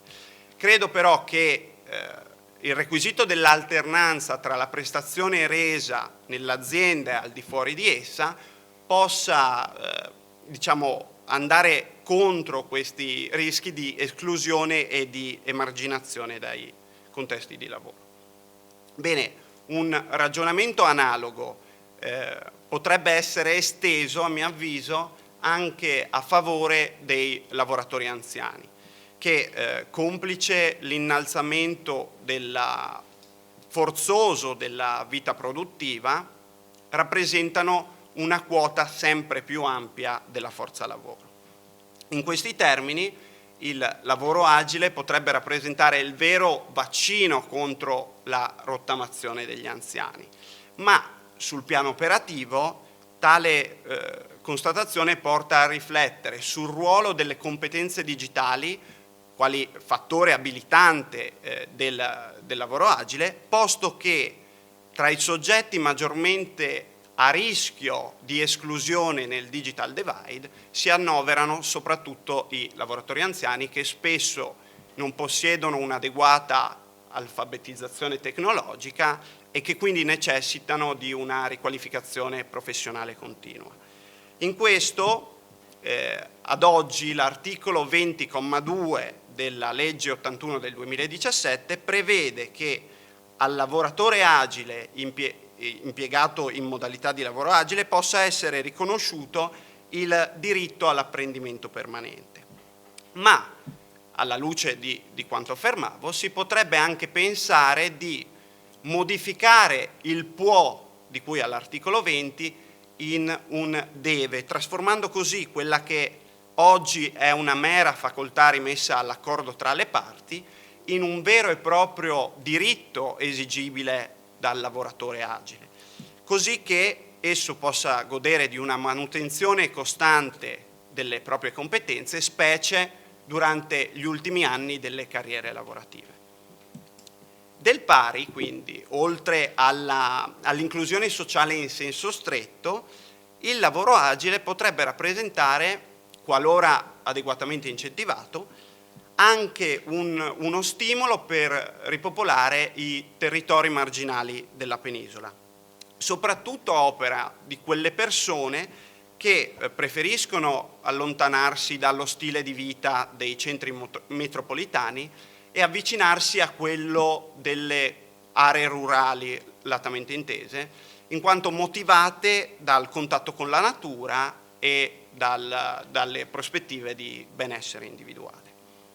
In ragione di ciò, in realtà già nel contesto pandemico sono emersi dei fenomeni, il cosiddetto South Working ad esempio, che a fronte di un'incessante emigrazione e per far fronte al fenomeno della cosiddetta fuga dei cervelli, ambiscono a far lavorare dal sud lavoratori autonomi e subordinati per aziende site al nord o addirittura all'estero.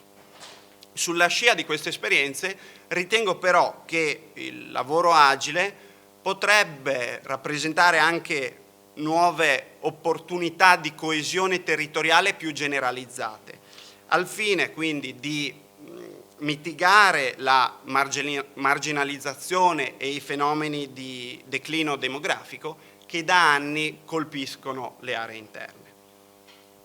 Aree interne che, in antitesi rispetto ai centri metropolitani, sono quei borghi ampiamente diffusi su tutta la penisola che si connotano per una significativa distanza dai centri di offerta dei servizi essenziali quali istruzione, mobilità e salute.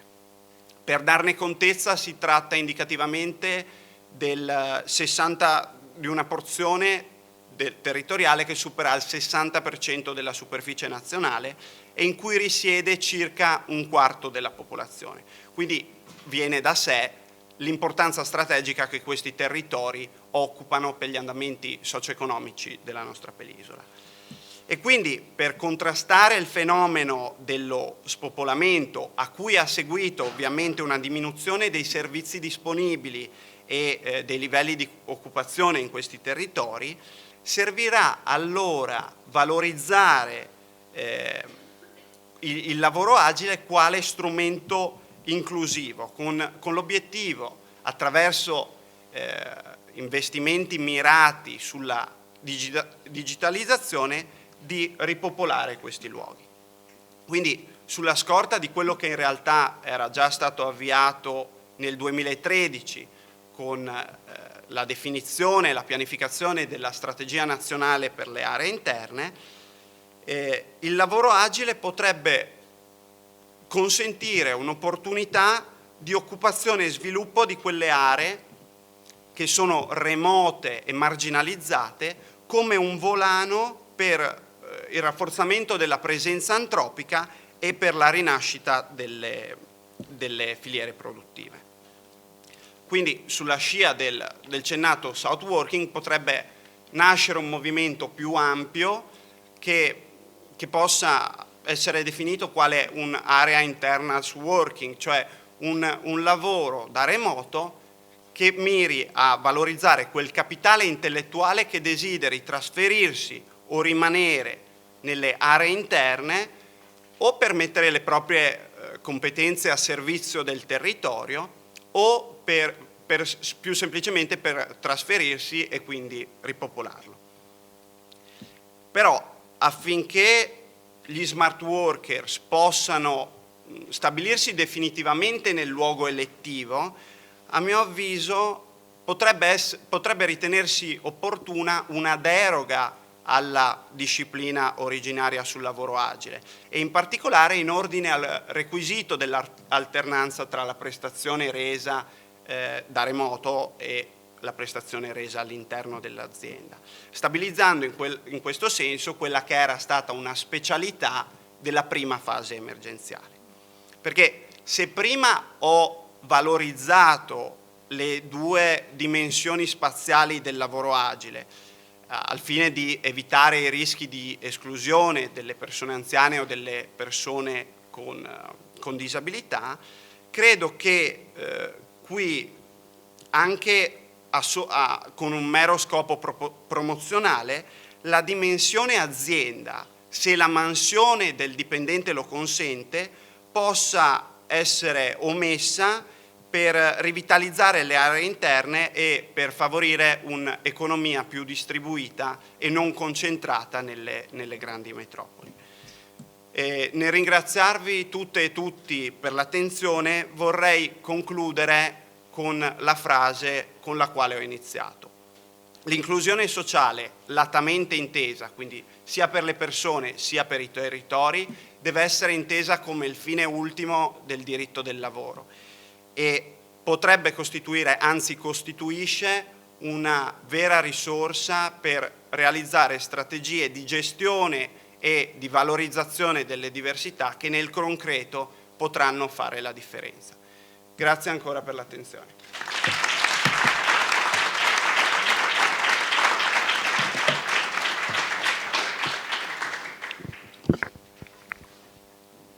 Grazie anche al dottor De Falco per il suo intervento.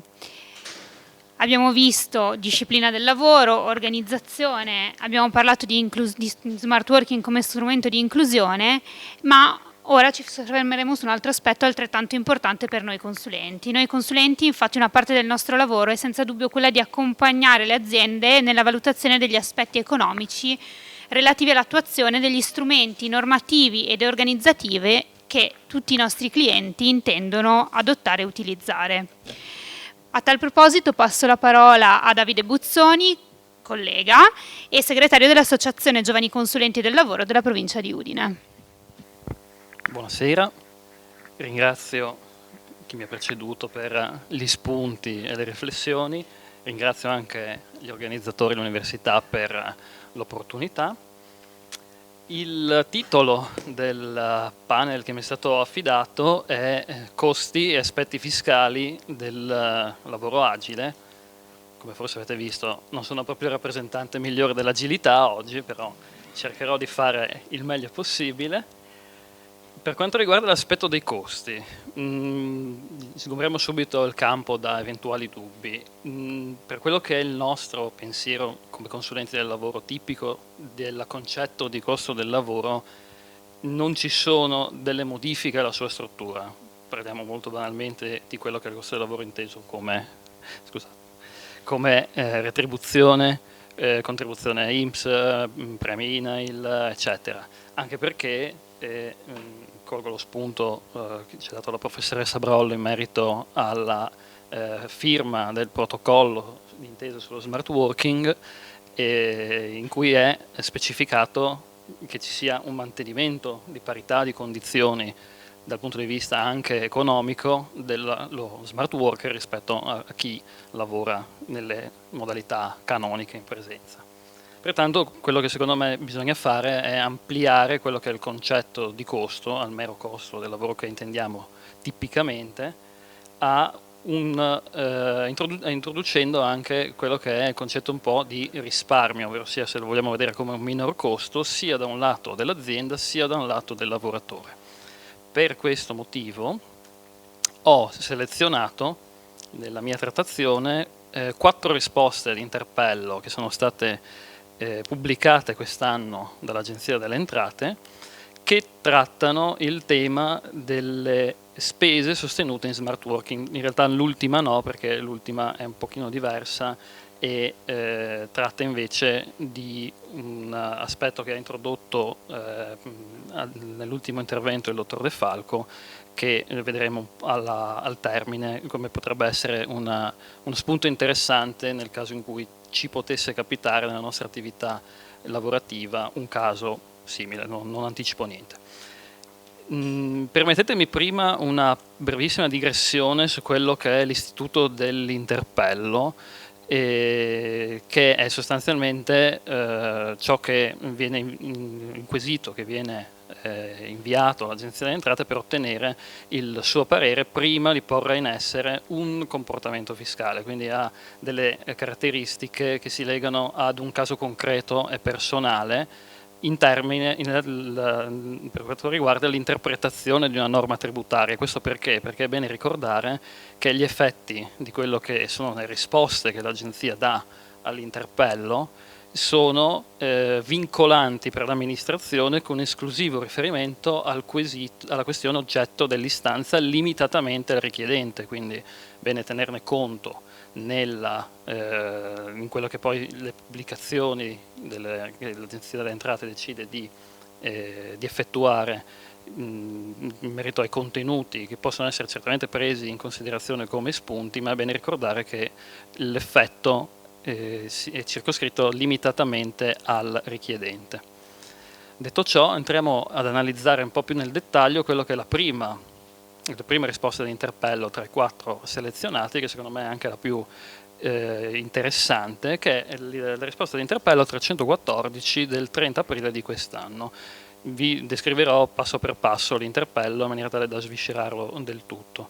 In questo interpello quello che è l'istante, ovvero sia un'azienda, manifestava l'intenzione di sottoscrivere o un accordo aziendale o un regolamento unilaterale, quindi in un caso con l'intervento dei sindacati, in un altro caso invece unilateralmente, al fine di normare il trattamento economico e normativo dei lavoratori che svolgono la propria attività nelle modalità del lavoro agile, considerate come fonte di legge quello della legge 81/2017, articoli 18 e successivi, con la caratteristica che questo lavoro venisse svolto presso la propria abitazione o presso un altro luogo i cui costi diretti siano a carico del lavoratore stesso. Nel quesito che è stato inoltrato all'Agenzia delle Entrate, l'istante dichiara di voler corrispondere una somma pari a 50 centesimi di euro per ogni giorno di lavoro in smart working per ciascun lavoratore post smart working. Questo al fine di andare a costituire una sorta di ristoro per il lavoratore ai fini delle spese sostenute durante il lavoro in regime di smart working. L'istante elabora nel spiegare il motivo per cui è arrivato a questa cifra, elenca quali sono le tipologie di spesa che vengono considerate come risparmio giornaliero per la società e quali invece come contropartita, il costo giornaliero per il dipendente smart worker. Quelle che sono le somme che l'istante prende in considerazione sono il consumo di energia elettrica, che viene parametrato all'utilizzo di un computer e di una lampada, i costi connessi all'utilizzo dei servizi igienici, considerando acqua e materiale di consumo, e il riscaldamento durante il periodo invernale, che viene ipotizzato, ovviamente queste sono tutte ipotesi che sono state determinate a monte da questa azienda, e viene ipotizzato appunto per un'ora al giorno. Quelle che invece sono le somme che l'istante non ha preso in considerazione sono le spese di vitto, i costi della climatizzazione nel periodo estivo, i costi per la rete internet ed eventuali altri costi fissi che possono essere le spese di allacciamento per la rete elettrica o la rete idrica.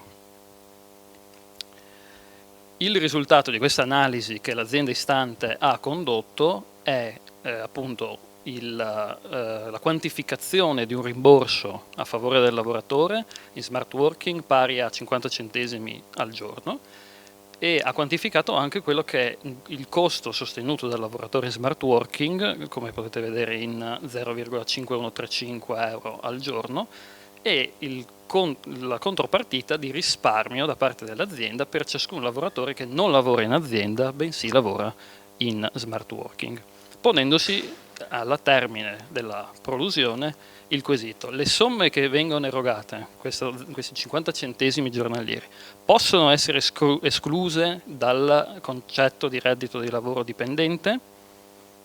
L'Agenzia delle Entrate sviluppa la sua risposta, partendo dalle fonti, partendo chiaramente dal TUIR, quindi l'articolo 51,1, che rammenta come tutte le somme e valori in genere, qualunque titolo percepiti anche sotto forma di erogazioni liberali in relazione al rapporto di lavoro costituiscano reddito di lavoro dipendente, andando poi scendendo cronologicamente ad addentrarsi sempre più verso quello che è il concetto del rimborso spese, citando la circolare 326 del 97 del Ministero delle Finanze, che ricorda che come possano essere escluse dall'imposizione fiscale i rimborsi che riguardano spese diverse da quelle sostenute per produrre reddito, di competenza del datore di lavoro, anticipate dal dipendente, dando l'esempio, quello classico, di beni strumentali di piccolo valore, riprendendo poi una serie di risoluzioni, sempre dell'agenzia stessa, dove si considera non concorrente alla formazione della base imponibile le somme che non costituiscono un arricchimento per il lavoratore, bensì una mera reintegrazione patrimoniale, e soprattutto andando a incidere sul concetto di erogazioni effettuate per esclusivo interesse del datore di lavoro. Questo concetto dell'esclusivo interesse del datore di lavoro ci verrà utile al termine della ricostruzione.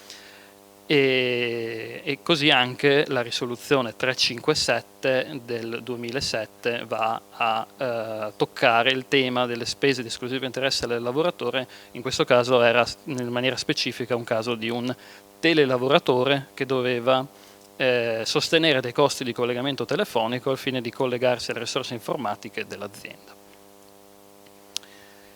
Sulla base di queste considerazioni l'Agenzia opera sostanzialmente due distinzioni, ovvero sia le spese sostenute dal lavoratore e rimborsate in maniera forfettaria vengono escluse dalla base imponibile solamente nel caso in cui il legislatore abbia già previsto un'ipotesi per determinare qual è la quota che può essere esclusa dall'imposizione, in quanto è riferibile all'interesse del datore di lavoro. E qua si fa il riferimento classico all'utilizzo promiscuo di autovetture contenuto nell'articolo 51,4 lettera A del TUIR. Qualora invece il legislatore non abbia indicato un criterio specifico per determinare quale sia la quota esclusa dall'imposizione, cioè quale sia la quota, diciamo così, di interesse del datore di lavoro, i costi da rimborsare devono essere individuati sulla base di elementi oggettivi e documentalmente accertabili, e su questo si fa richiamo alla risoluzione 74 del 20 giugno 2017.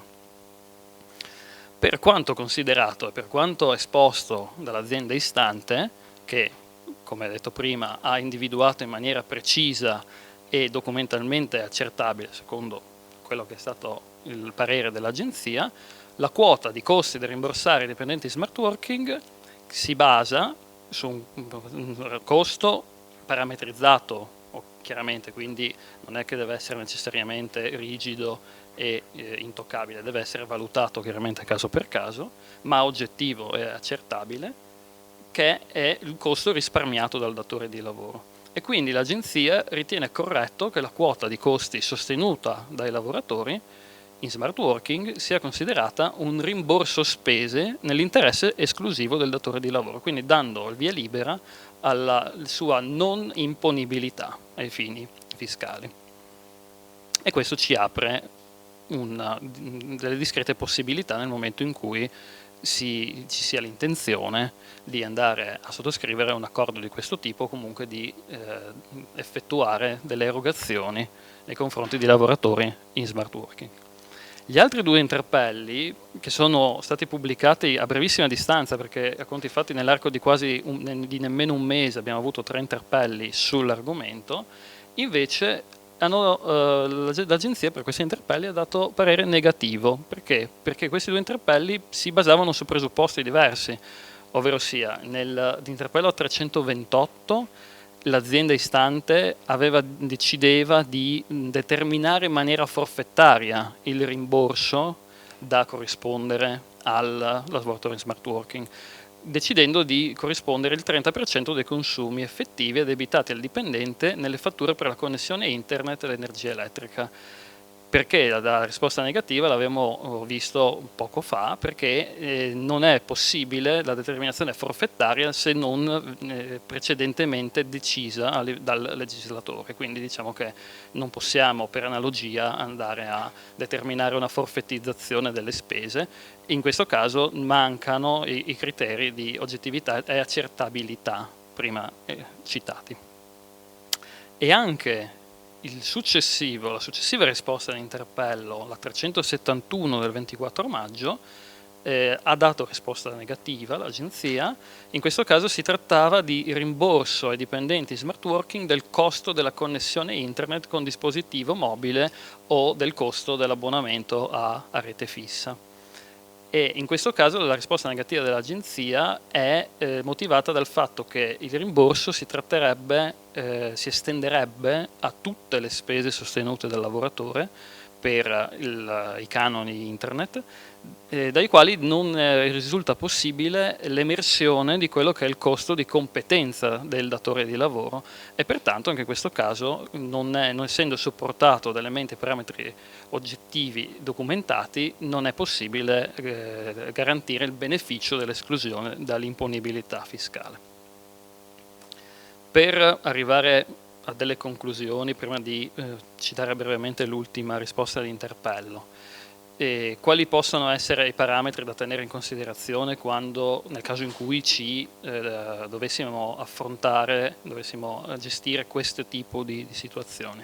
Sicuramente quello di adottare un calcolo analitico, come ha fatto l'istante della risposta all'interpello 314, di quali sono gli effettivi risparmi del datore di lavoro, quindi proprio concentrarsi su quelli che possono essere i costi risparmiati dal datore di lavoro e come converso sostenuti dal lavoratore, determinando una soglia massima di rimborso che venga espressa su base individuale, su base giornaliera e in valore assoluto, quindi non percentuale, quindi non forfettaria. Oppure, è una soluzione alternativa, diciamo così, assumersi direttamente, quindi le aziende assumano direttamente i costi, specialmente di connessione. Chiaramente questi non vanno a coprire tutti quelli che possono essere i costi del lavoratore smart working, perché chiaramente non vanno a ristorare i costi di corrente elettrica, ad esempio. Comunque un'alternativa può essere quella di fornire direttamente da parte delle aziende ai propri dipendenti dei device mobili, accompagnando questa consegna con un regolamento per regolamentare appunto l'utilizzo di questi device, pensiamo ad esempio alla chiavetta internet, solamente nelle giornate di smart working, in maniera tale che non si perda quello che è il legame all'esclusivo interesse del datore di lavoro. E finirei questa slide con un interrogativo, in realtà, così, che è uno spunto di riflessione, diciamo così, che riguarda il lato del lavoratore. Ci si potrebbe chiedere, ma il lavoratore è legittimato a richiedere il ristoro delle spese sostenute? Francamente io una risposta certa non ce l'ho. Diciamo che prendo lo spunto da un articolo della professoressa Zilli che è stato pubblicato su Equal questa primavera, che citava l'articolo 2041 del Codice Civile in materia di azione generale di arricchimento, che riporto qui nella slide, ovvero sia chi senza una giusta causa si è arricchito a danno di un'altra persona è tenuto, nei limiti dell'arricchimento, a indennizzare quest'ultima della correlativa diminuzione patrimoniale. Chiaramente questo lo vediamo da parte dell'azienda, che consideriamo essersi arricchita, ma possiamo vedere anche dal lato del lavoratore, che fruisce di risparmi diretti o indiretti nello svolgimento della propria prestazione lavorativa a casa, piuttosto che in sede, come tra i più banali, abbattimento di costi e tempi di trasporto, ma insomma altri sono stati citati da chi mi ha preceduto. Sicuramente anche questo è un tema in cui è bene che intervenga la contrattazione collettiva per cercare anche di stabilire qual è il giusto bilanciamento e il giusto dosaggio nel contemperamento dei diritti di un soggetto, il datore di lavoro, e dell'altro soggetto, il lavoratore. In ultima analisi, l'ultimo interpello selezionato è un interpello un po' più recente, sempre di quest'anno, che è il 596 del 16 settembre, e in questo caso mi rilaccio a una parte della prolusione del dottor De Falco in merito al discorso dello South Working anche, ma non solo, perché è un interpello che si concentra sulla possibilità per un lavoratore che abbia i requisiti di lavoratore impatriato, quindi ai sensi del decreto legislativo 147/2015 e varie successive modifiche e integrazioni, di beneficiare appunto dello speciale regime fiscale laddove svolga la propria attività lavorativa in modalità smart working.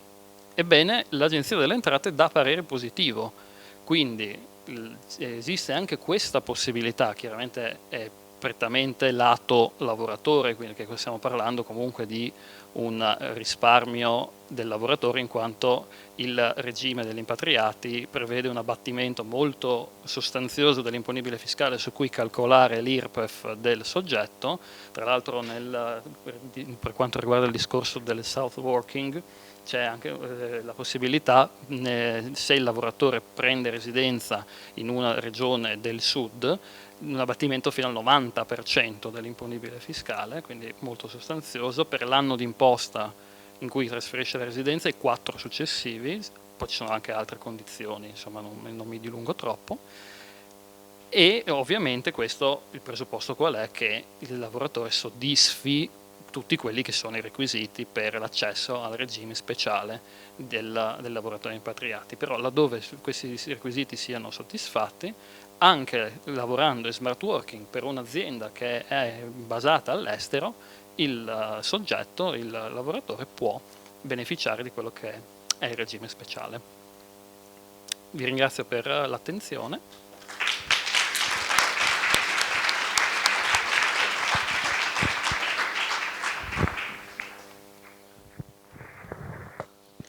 Ringrazio anche il dottor Buzzoni per il suo intervento e vista l'ora mi avvierei verso le conclusioni con una piccola riflessione. Dagli interventi di questa sera abbiamo avuto senza dubbio una conferma di quello che abbiamo visto accadere nelle realtà dei nostri clienti in questi ultimi 2 anni. Lo smart working è stata una necessità di fronte alla quale ci siamo trovati, ma credo fermamente che possa diventare anche un'opportunità. Tuttavia c'è molto da pensare e da chiarire e noi consulenti abbiamo senza dubbio un ruolo fondamentale nel supportare e nel consigliare le realtà piccole, piccolissime, oltre a quelle di grandi dimensioni, in questo inevitabile processo di cambiamento. Io ringrazio tutti quanti per i preziosissimi interventi, vi ringrazio per la partecipazione e spero ci ripotremo trovare sempre di persona a breve, che non ci siano ulteriori interruzioni che ci costringano a salutarci e vederci semplicemente dietro a un video. Grazie ancora a tutti.